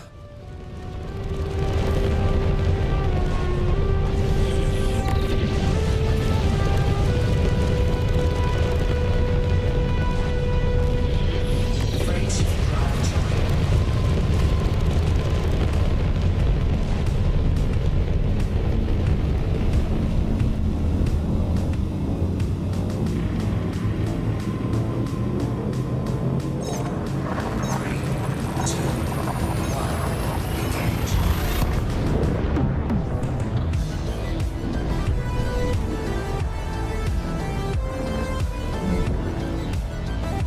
Through the Witch Space Tunnel. Trippy colors, love the trippy colors in those tunnels. Witch Space Tunnel, all the hallucination colors. The Electric Callboy Memorial. I keep almost reading it Electric Catboy. Why don't we have the Electric Catboy Memorial? That's what this game needs. We need an Electric Catboy.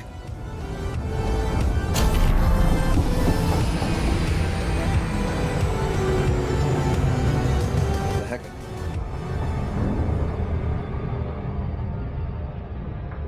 Oh, Electric Callboy's a band, apparently. Okay. I had to look it up. I'm like, what is this? A Freudian.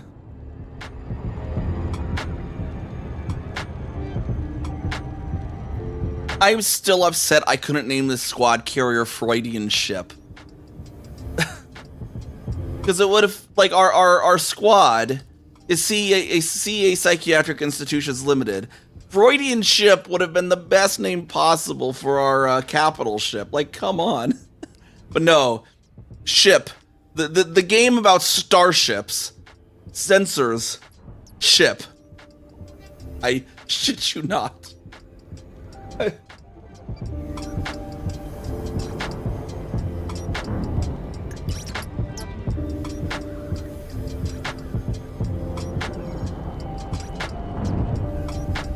But man, Freudian ship would have been so funny.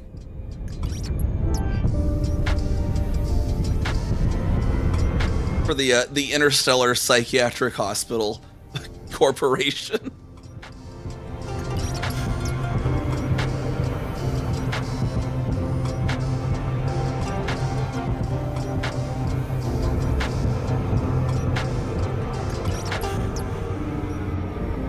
Right? Freudian slipstream. No, see, I wanted a ship, like Freudian ship instead, you know, like a pun on Freudian slip, but it's actually just, it's the Freudian ship, you know?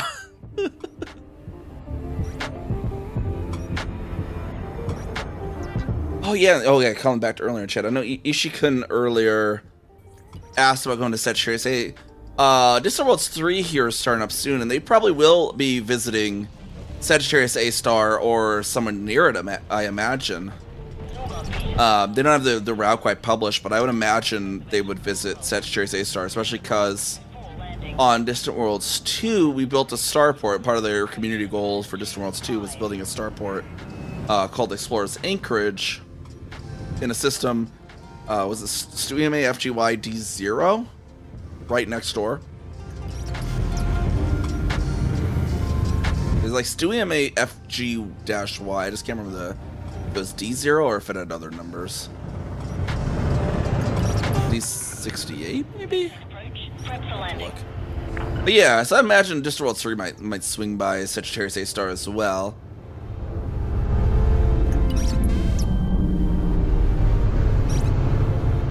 Kinda my thought rolled on back to that.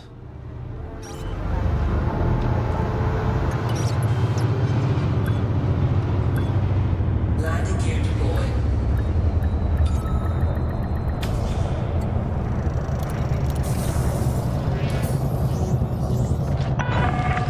Contact. Engines disengaged. Alright. Then, more power generators. Oh, the power generators. Cargo hold at maximum capacity.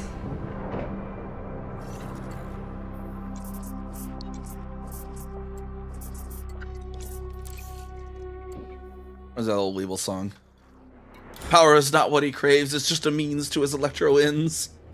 The Electro Gypsy songs.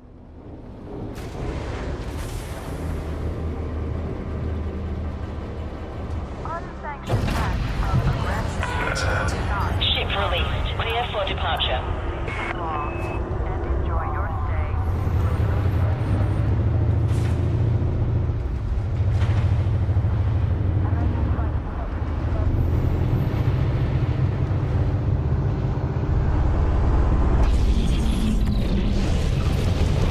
But yeah, so yeah, this community goal we're doing too is like a little bit of a lead up to Distant Worlds 3 as well.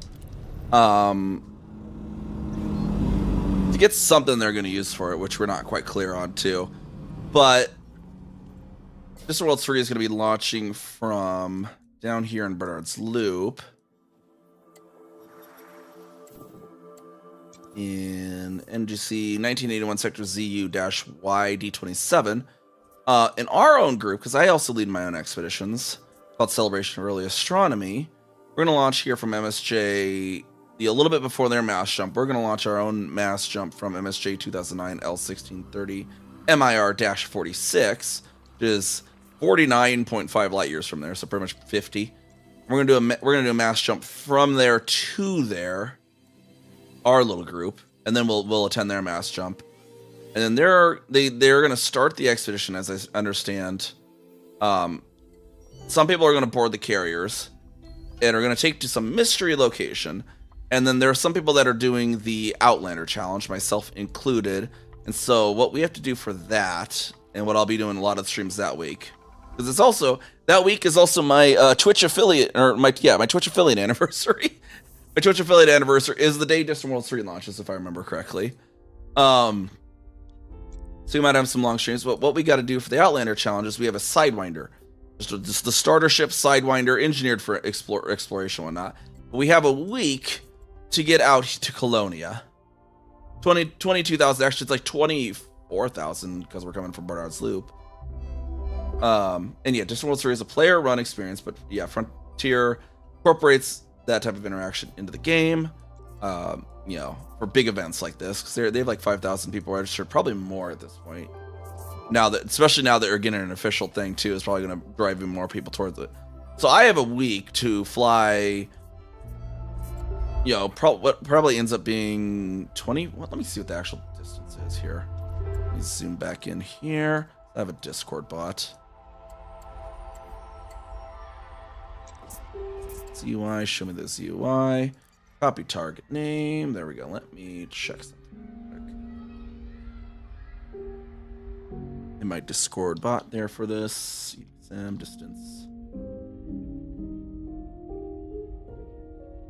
23,224 light years. So I have a week to fly 23,224 light years in a Sidewinder that barely gets 35 light years jump range.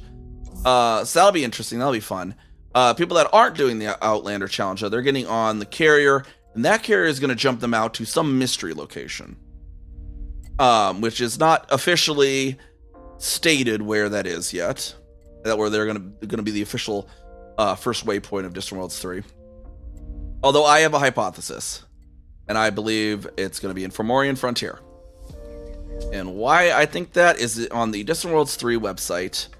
There is a few different challenges, one of which is the DSSA Lost Carrier Challenge, where the goal is going to be to find a missing carrier that I'm sure the admins know exactly where it is, but they've made this, like, they DM'd this little mystery for us, right, to find this missing carrier. They said they're going to drop clues throughout, but it specifically says on their website it is at the first major waypoint. And the thing about this carrier is it was lost in the Fomorian Frontier. And so I'm imagining, or is lost on the way there.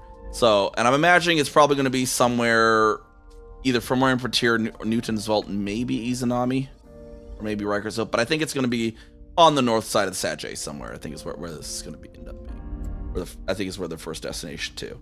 And that kind of makes sense too, because the Outlander people are going to go to Colonia, and then that carrier is going to relay them somewhere. So I imagine too, being able to have one carrier just go like there, and then another carrier goes like this, wouldn't be too strange to do logistics for. So that's where I think the first one's going to be out in Fomorian Frontier. But I could be wrong. But I think that's what the red string on the pin board seems to lead towards.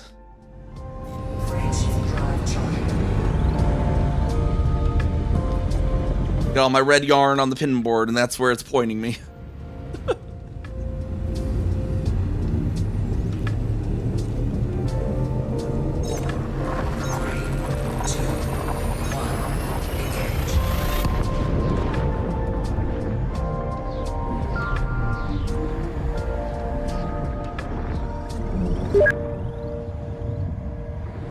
Alright, we're jumping to Alright, right? We're gonna have a player in an instance. Maybe someone will actually try to gank me for once. Maybe. Maybe. I've been surprised so far that I've not been attempted on. I think I saw that hollow square blinking. Data Spike Picard, Watermelon, and Sam Starman. But it's like, it just reminds me of the Star-Lord thing. Like, it's just like, who? You've never heard of Starman? Who? Just gives me that vibe there. I'm Sam Starman. Who?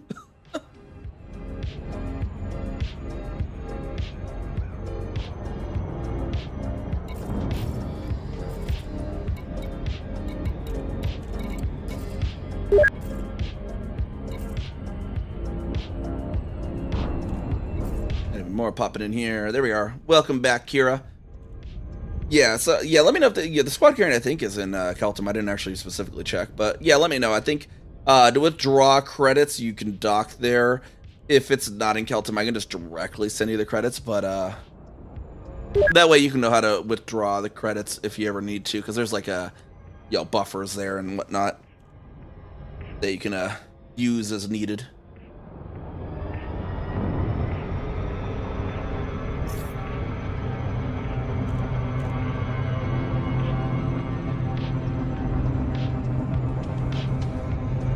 Yeah, see, that should work. I don't. It doesn't look like you can remotely withdraw though with the squad carriers.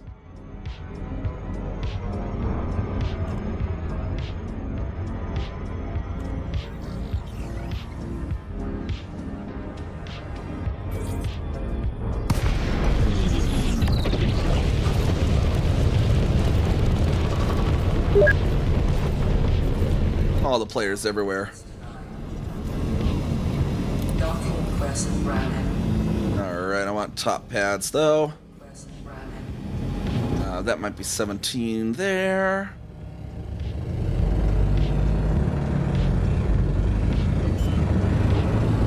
Get our landing gear out.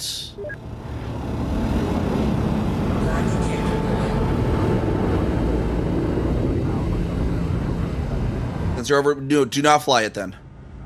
Never fly without rebuy. Get pop back into your other ship if you don't have the rebuy to fly the Panther at the moment.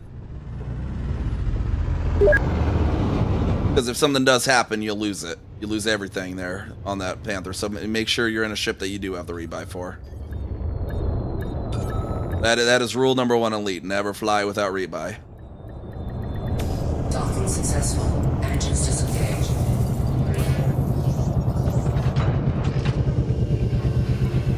Yeah, so whatever ship you went there in, like your Mandalay or whatever you flew to the Stronghold carrier, and just pop back into that to pop over to the squadron carrier.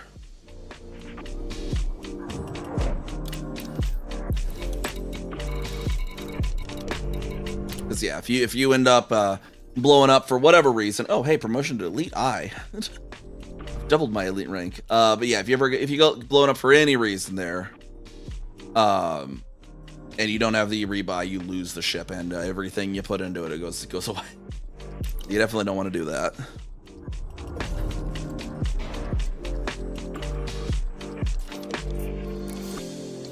Alright, how far have we reached in the angle here?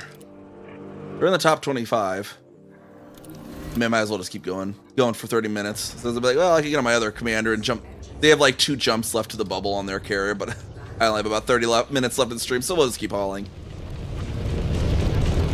And then Kira, like, I know I can't build one right now for you too. If you, I could send you a very specific Etsy build after stream if you want as well. I just don't have one handy to give you. How am I just getting the Elite X1? So this particular commander I only started in 2023 when I started streaming. I am Elite V on my 2 of my other commanders. I haven't traded much with Neve. That's also part of it. I actually haven't traded much with this commander. Oh fuck, wait, what? 3, 2, 1, engage. Mandalay Ray Buy is also over. Okay, give me one moment here. I'll send you a direct transfer. How much, did you need for finishing out the Panther?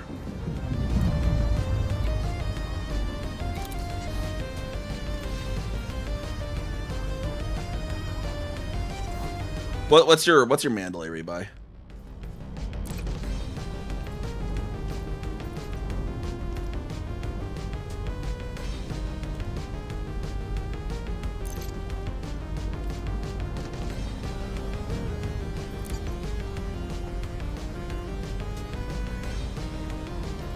What? Direct transfer.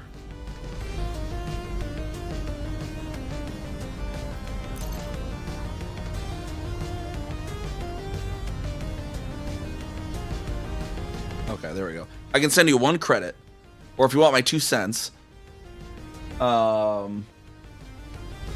let me.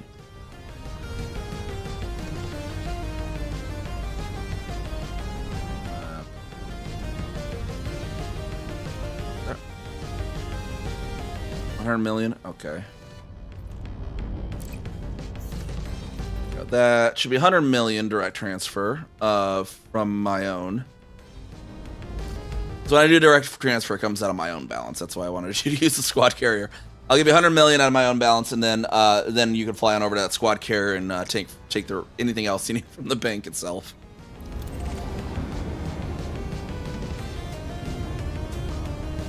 Yeah, but yeah, if anything else you need, make sure take from the bank, because that direct transfer is my own there.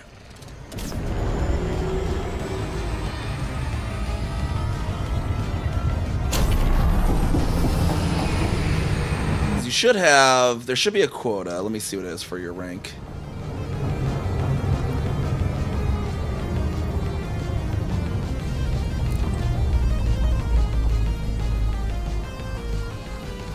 Mission groups for credits. No, I want permission group. Let me see what the permission group is. Thank you. All credits for agents. So you withdraw an additional 200 million each week from the carrier if needed. And obviously that's not withdraw that every week. It's just, it's supposed to be there for an if needed. We do have limited on there as well. But yeah, you should be able to withdraw that from there as well. And that should hopefully be enough to fully outfit that Panther Clipper for you. And then once you do some hauling with this, you'll make that back. Like, how many runs have I done today? I've made 20 million each. Right. So like 4 runs of this is already 100 million, right? So I've probably done a good 6 or 7 so far. So I've probably made like 160 million tonight on these runs.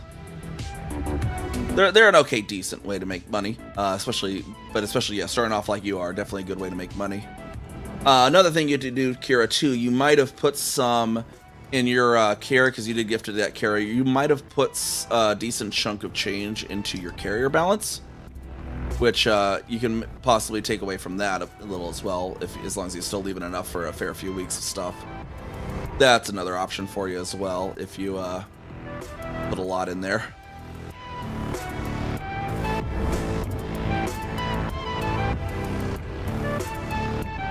Close to 40 million per run on thermos. How much cargo do you have per run is one question there. And then do you have a good place to buy those? I'll have to take a look at those here. Maybe that's what I should check after this run. See where I can get a good place to get thermal cooling units. Or are you doing like carrier fill to do it?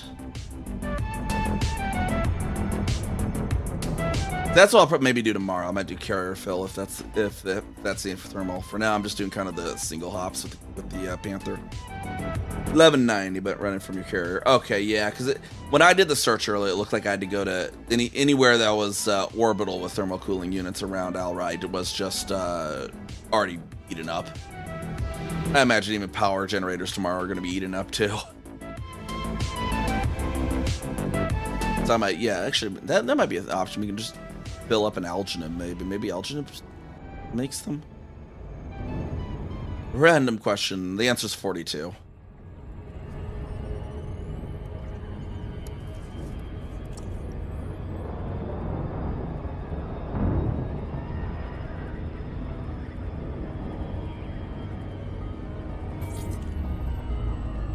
Is it possible to find planets in binary orbit in Elite? Yes. Yes, there are a lot of those. In fact, Keltum has some. In fact, extra squad carriers around. Where's the squad? Oh, squad carriers there. Nope. So A3 and A4 are in a binary orbit. Right here in Keltum. That's what this little indicator means. There, it means they're doing a little orbit around each other, basically. We go in aura review here. Try to select and zoom in on E3. Select it. Select it. There we are.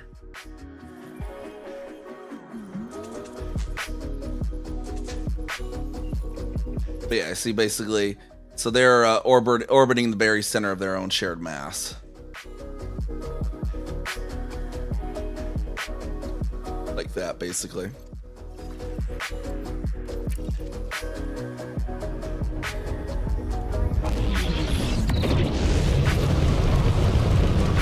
So yeah, you can find them even in the system you're in right now, Kira. And that's actually that's a little fun thing about Keltum too.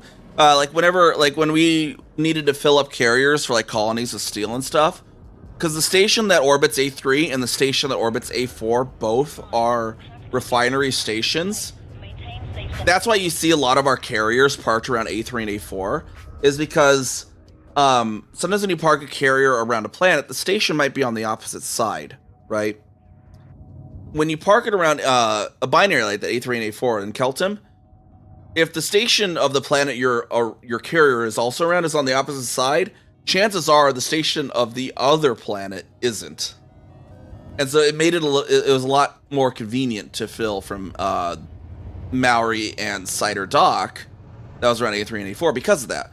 If you're filling from Cider and then suddenly it went behind the planet from where your carrier was, switch over to Maori. It's probably in a straight shot. That's why you see a lot of our carriers parked around those, because they're very convenient in that manner.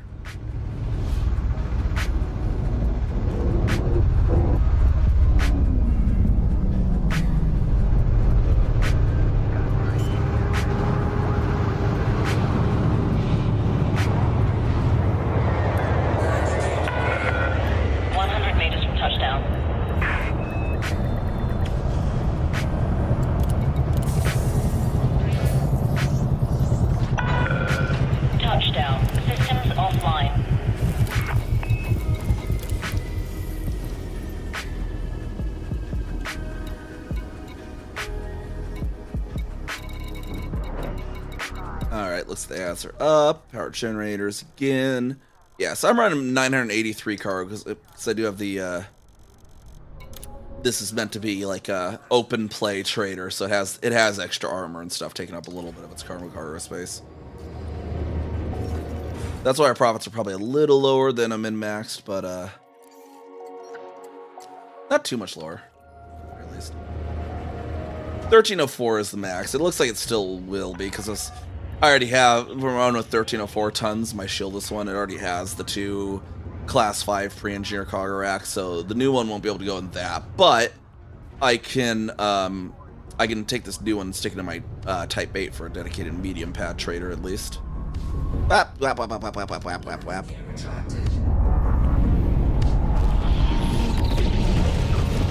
Hit the landing gear. Fly towards Al-Rai again.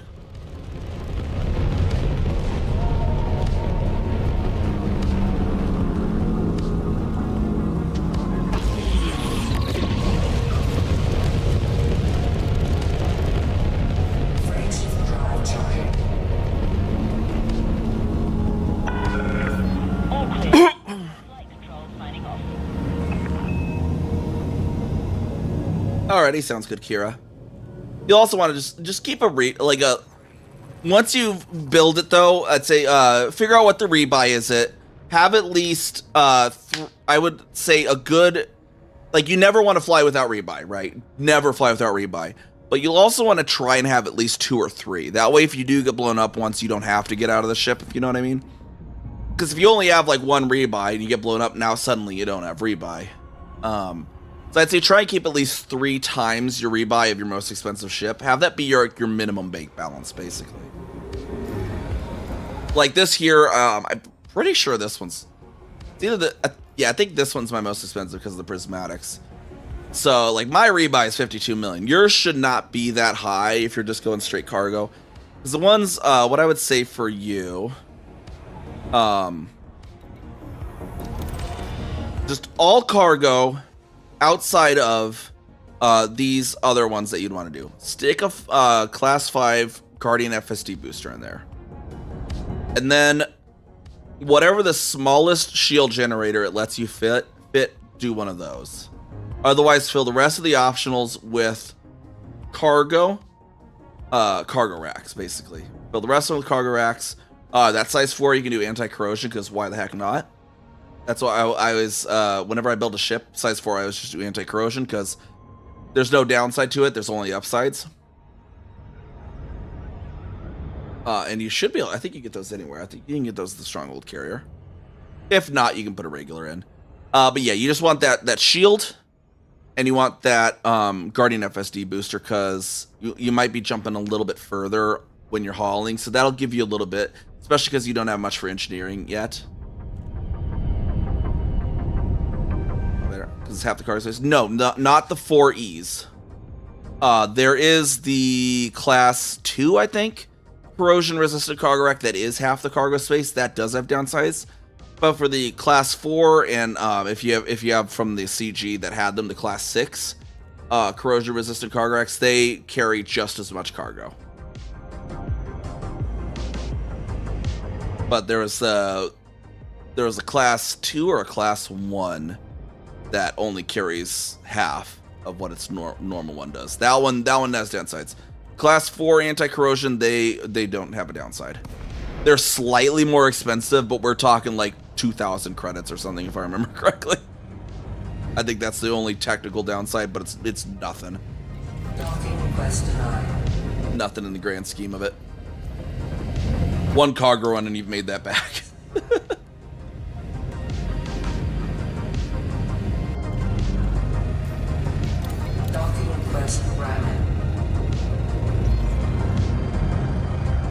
But yeah, the one you're thinking of is the one that Professor Palin gives, that you don't have to do a human tech broker unlock for, but the ones that you actually get a human tech broker unlock, those are full cargo if they're normal size.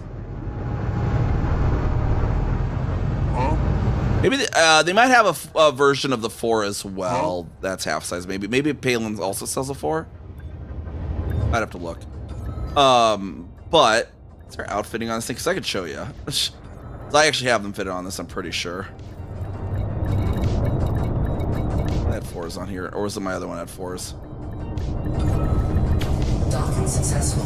Engines disengaged. No, I'm using the 4s for the modules in this one.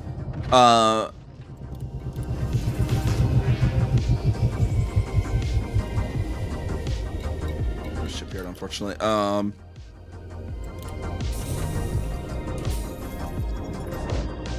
Maybe there was another 4.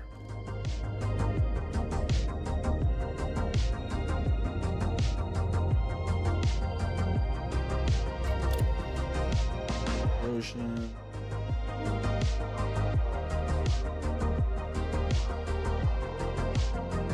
No, it looks like the E's, it's just the one, the size 1 has the 1E and the 1F.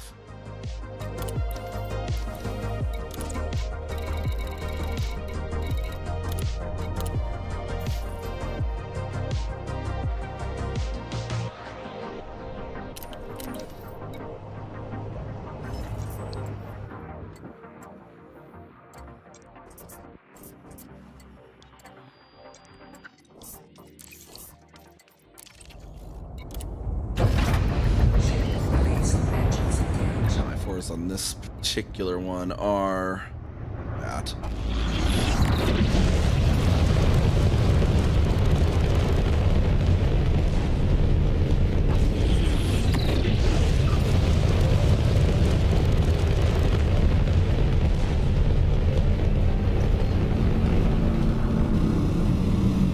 Well, Earth, so that's a really complicated question there. I have no clue how to calculate how it would be in that particular order. Earth-likes are particularly rare. Maybe 1% of systems at most have Earth-likes.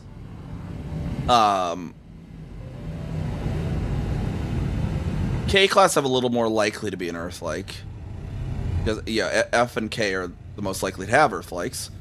But they are still very rare. Likelihood of the rest of it, having binary planets, rocky planets, gas giant, ice planet, those are all probably equally likely. Now the question is, in that specific order, I don't know.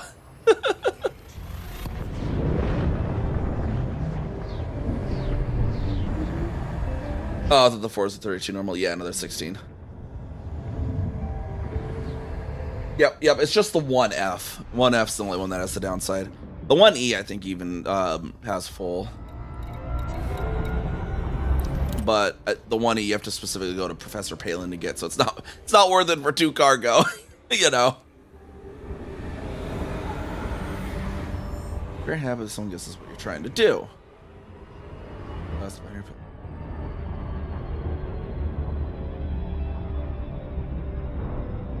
Is that related to Outer Wilds?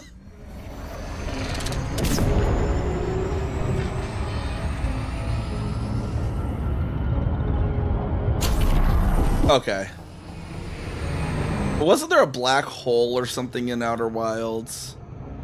I thought I remember reading there's a black hole or something in it. Or am I thinking of something else? That's one that I've always kind of like, one of my fun little grails or holy grail. I don't know if it even is possible. Actually, Spanch might have good enough filters. I might be able to use Spanch's filters to figure this one out. But I had to look. Spanch has the filters now. I probably can't actually see Spanch. But the reboot of Lost in Space. The reboot of Lost in Space had that scene where the mom goes up to the orbit and her suit's like, you know, Hawking radiation detected, and then she just cuts her like yelling fuck, you know, just like fuck. Because like anyone who knows, like, Hawking radiation means black hole, and so I've always wanted to find a system with an Earth-like orbiting a black hole, but I don't think it's actually possible in Elite's engine. But I might have to do a Spanish search to see if anyone's ever been found.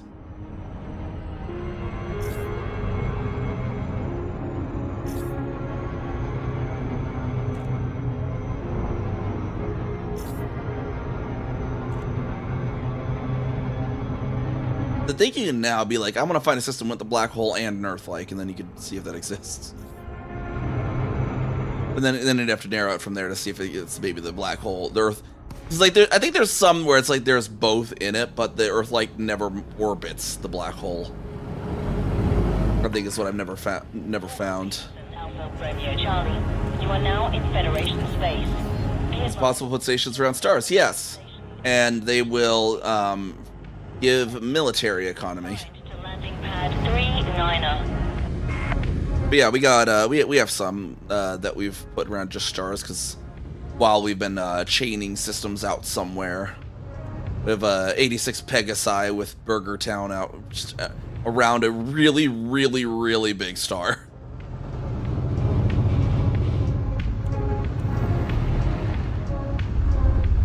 And in Algenib as well, I actually have a station around the black hole. And it's really trippy because it orbits so fast the entire skybox is rotating very visibly.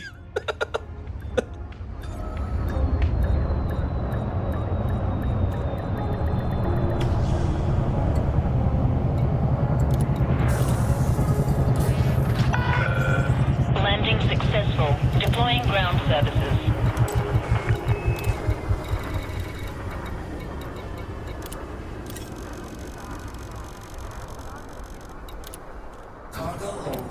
If you can find where you have the star with the binary Earth-like rocky gas ice.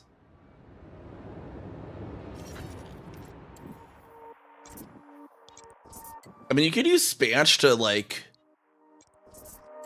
if you tell it to find a system that has all of those, you can then start looking through them to see if they have it in the right order.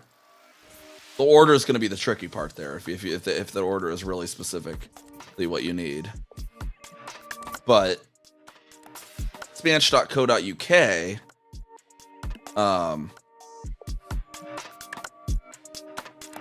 type has some advanced filtering stuff, and you could have it find you systems that have all. You'd be like, I want to find a system that has all K-class blah blah blah blah blah blah blah blah blah blah, and it'll find you.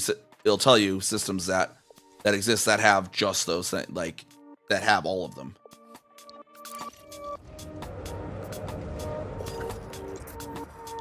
Alright, back to Alrai.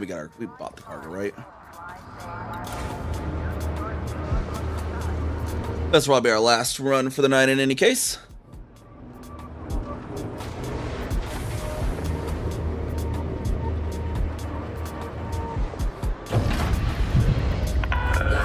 Ship released. Access corridor is clear. You know, see, people keep saying open is so bad, but you know, I mean, to be fair, there is the risk, but no one even tried to interdict me once. Maybe last time's the charm, though. It's something in there about advanced search, I think. Been a little while since I looked. Yeah, there's like a search drop down, and you can look for like search / and then do systems.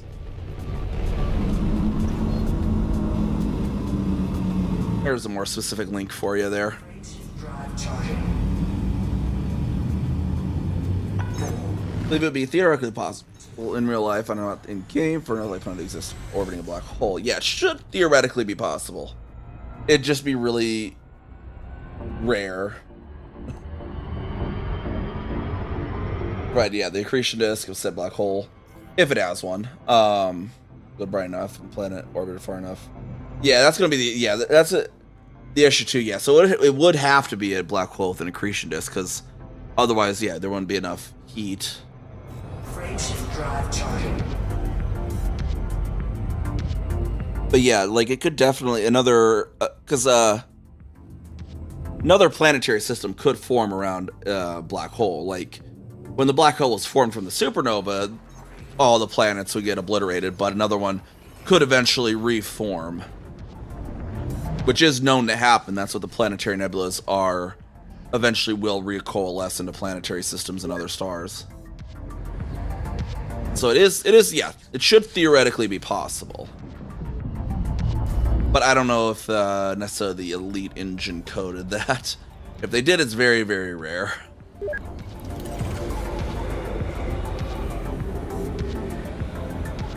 I'm also, I have historically been very bad at, very unlucky at getting Earth-likes, which is really funny because I hold the record for the lowest discovered Earth-like. like of the Earth-likes I have discovered, they have been very high quality. I'm just very quality over quantity apparently with my Earth-like discoveries.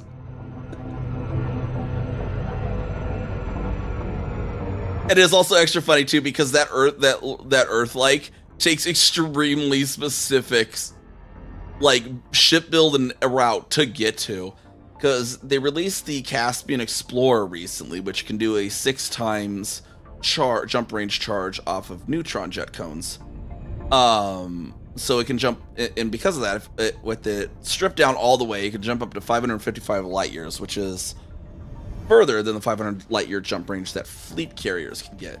So when they released the Caspian Explorer, there was the possibility of new systems that were newly reachable. With how the game's engine handles, or how the Stellar Forge handles the procedural generation, procedural generated stars never were really in that 500 to 555 light year range. However, some catalog stars were, which are stars that are like real stars, ones that are like HIP, blah blah blah, HD, blah blah blah.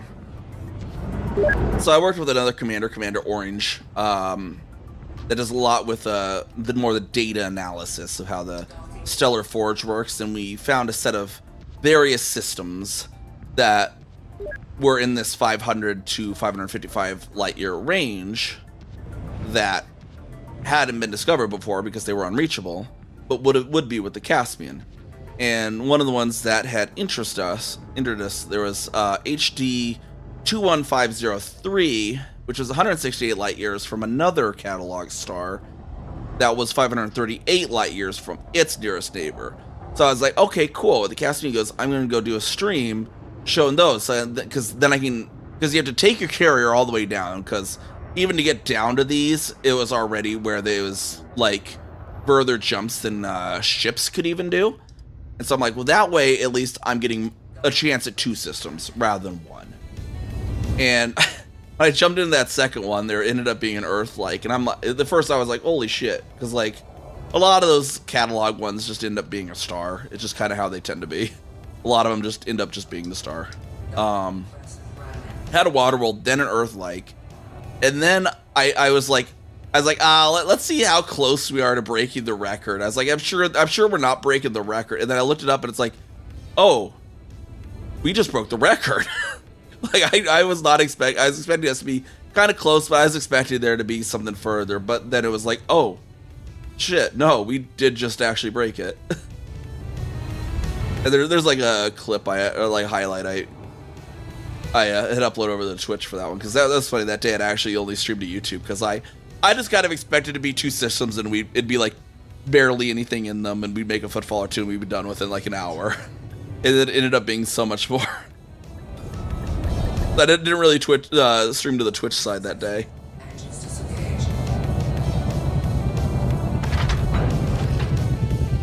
What is a water giant versus gas giant with water-based life?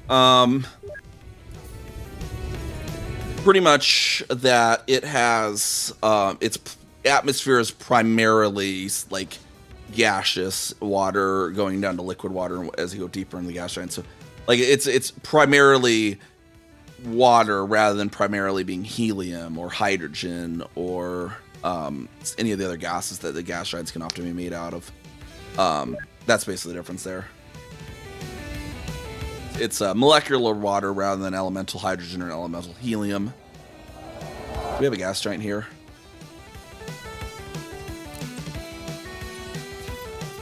And like nitrogen, yeah, because like nitrogen, helium, hydrogen, a lot of them are primarily dominated by those gases, so you don't get a lot where it's actual molecular water being the primary gas or element, I guess, because you go down further, it goes from gas down to liquid down to eventually solid.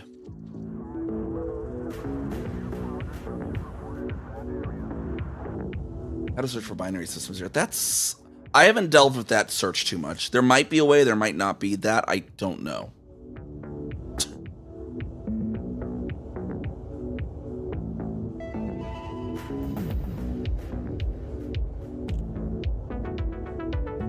Was it a specific one had to be the binary there? Because you might just have to search for the simple search like the bodies, and you can tell it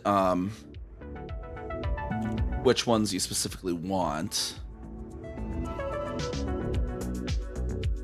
Let's see if we can pop here real quick. If I can, maybe I can get a view here of Firefox real quick or something.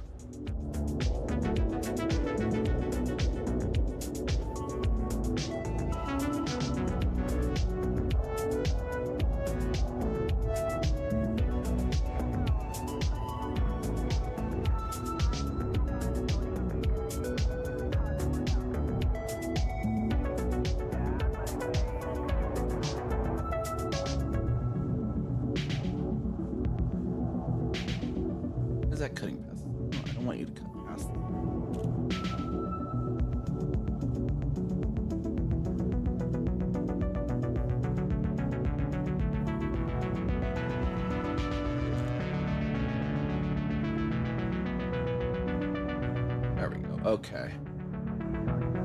So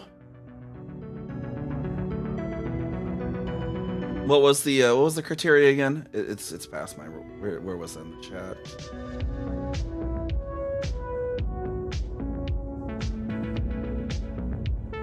We want to be like bodies. And we'd be like, what was that? K class star, was it? K, yellow, orange, star.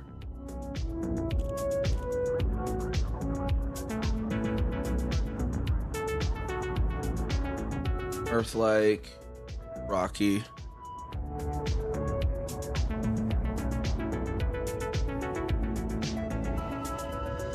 Gas giant. That might become a little bit of a different one too, because the gas giants are broken down into their various classes too. So you might have to do like multiple searches, see stuff, but it's at least a start for you. And then an ice body.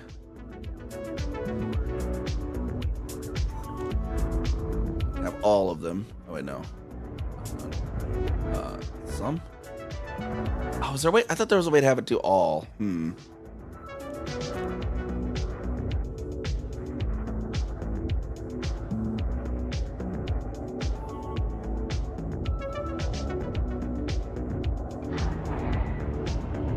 Yeah, it's okay. I thought there was a way to have it do all, though.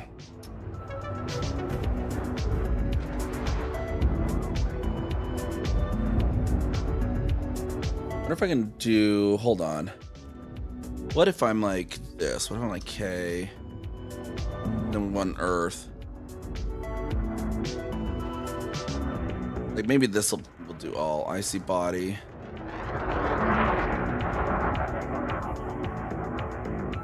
It's a rocky, right? We do some either rocky ice or rocky regular. Right, and then...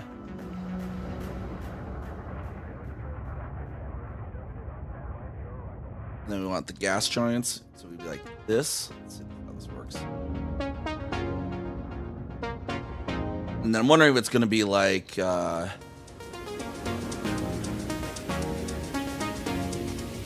back again. Apparently the internet decided to reboot. Okay. Yeah, I'm wondering if this will be like this and this and this and this or this and this or this or this or this or this. That's what I'm trying to see if this is going to work like that. Should be all those. There this goes. Definitely different results.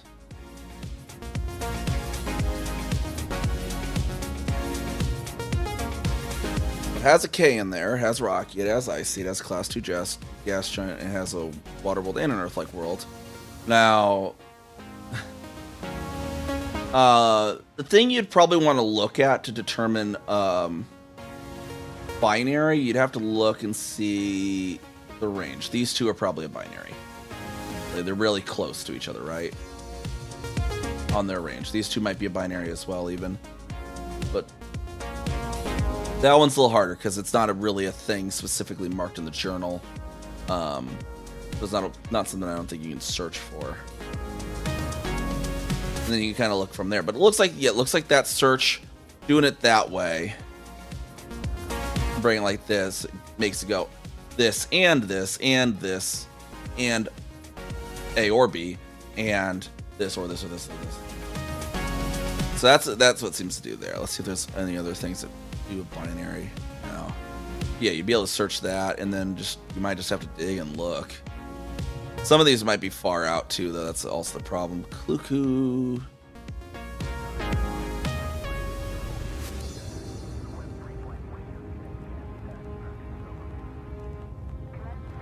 Or by distance up. There we go. Okay.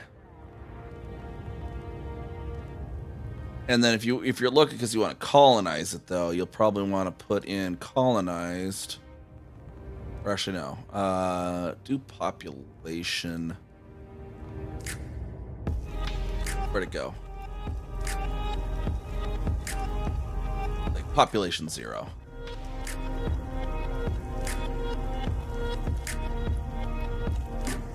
Well, the problem with traveling a million miles to find colonize is you might not be able to colonize it. Is the issue. Just because it's somewhere doesn't mean you can colonize it. Yeah, there we go. K, Earth-like. You have to look for the order. So the thing with colonization, though, is you can only colonize 15 light year jump range. take my showables off. Where did I put that? Capture back off. Get elite open here. So with colonization, right? Okay, so the whole bubble is there, but if you come on, we're going out to find somewhere. So you see there, these pink dots are kind of going in this weird string, right? That's because you can only colonize 15 light years. That's apparently what FDev decided. Yeah, pretty much. And so they want to colonize this system. They need to get there by going one, none. So, like for example, when we wanted to colonize Algenib, we wanted to get down to Algenib. We were actually up here. Was it this one? I think it was this one. And there's a lot more now, but originally when we colonized this, we had to go from there to there to there to there to there to there to there. Or no, 86, and then to there and then to there.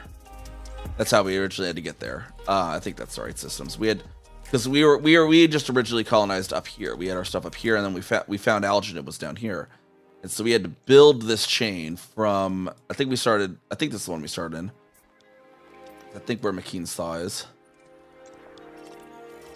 Where McKean's Thaw is? Yes, yeah, so we started here. This was my colony here, McKean's Thaw, which is named after a Star Trek Voyager episode.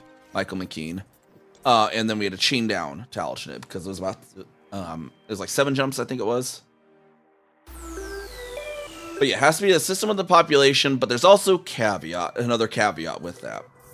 It has to either be a colony or if it's a pre-existing system, that way.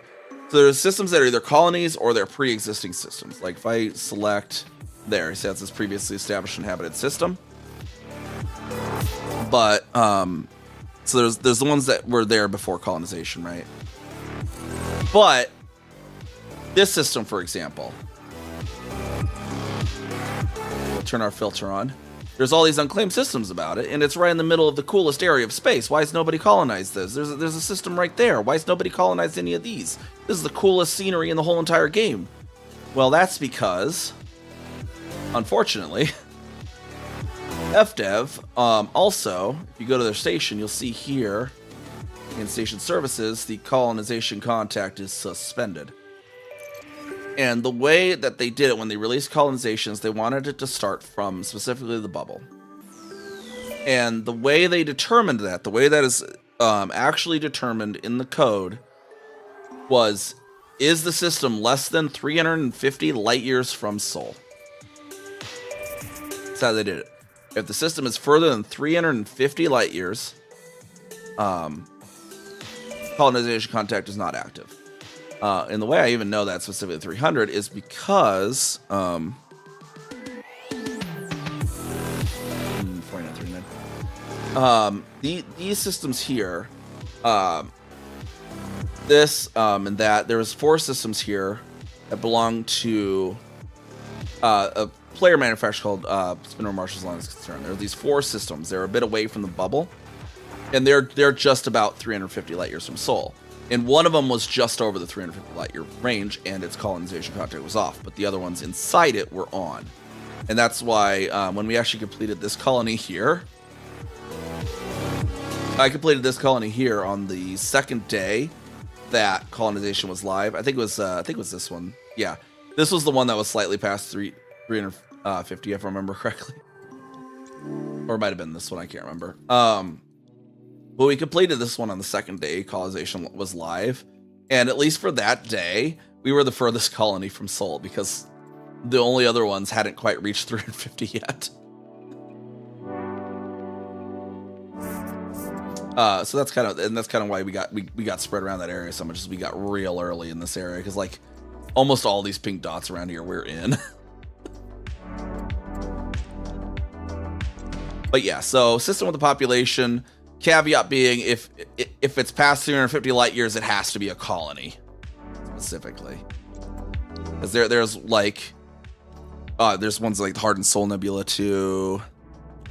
And there's like groups that are chaining out to this. No, Commander Totally Not a Demons group is chaining out here to Heart Nebula, even though there is a populated system here, but you can't colonize off of it. So there's a group that's working their way out here. I don't even know how close they are yet, but they're working their way out there. Another group just recently, just the other day, reached Omega Nebula finally, which is another example too.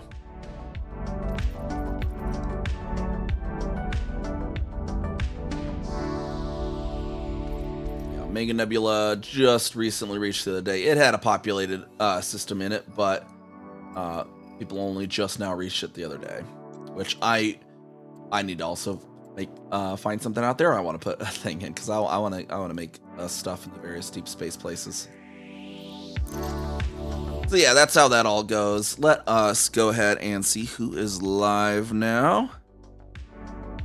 Get our rating message going there. See who else isn't live here in Elite. My game exits there. Go.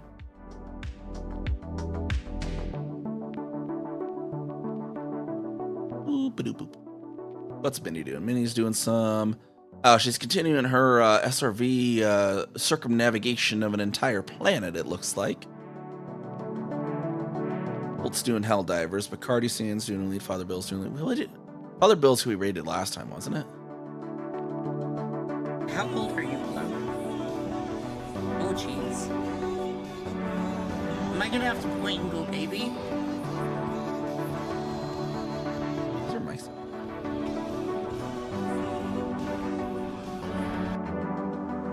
What's a water?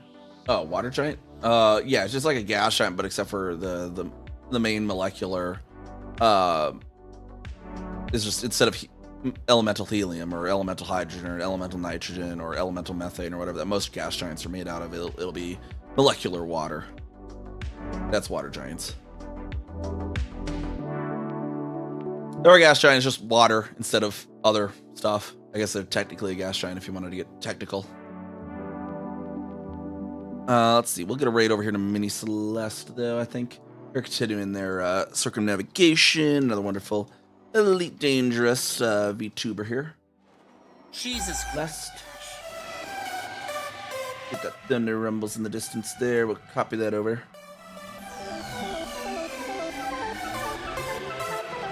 Why is Saribot? Sari, why are you replying there?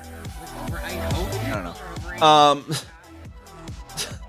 Get that raid over there. Thank you everyone for the follows, the raids, the lurks, the chats, everything. It's always much fun to have you all around and hanging out with y'all. Much appreciated always. And we're going to go get this raid over to Mini Celeste and check out her progress on continuing her circumnavigation of a very particularly small potato planet out somewhere. It was near the Formidine Rift, wasn't it, for hers? But yeah, look at that raid on going over there. And I'll see y'all next time. Bye-bye.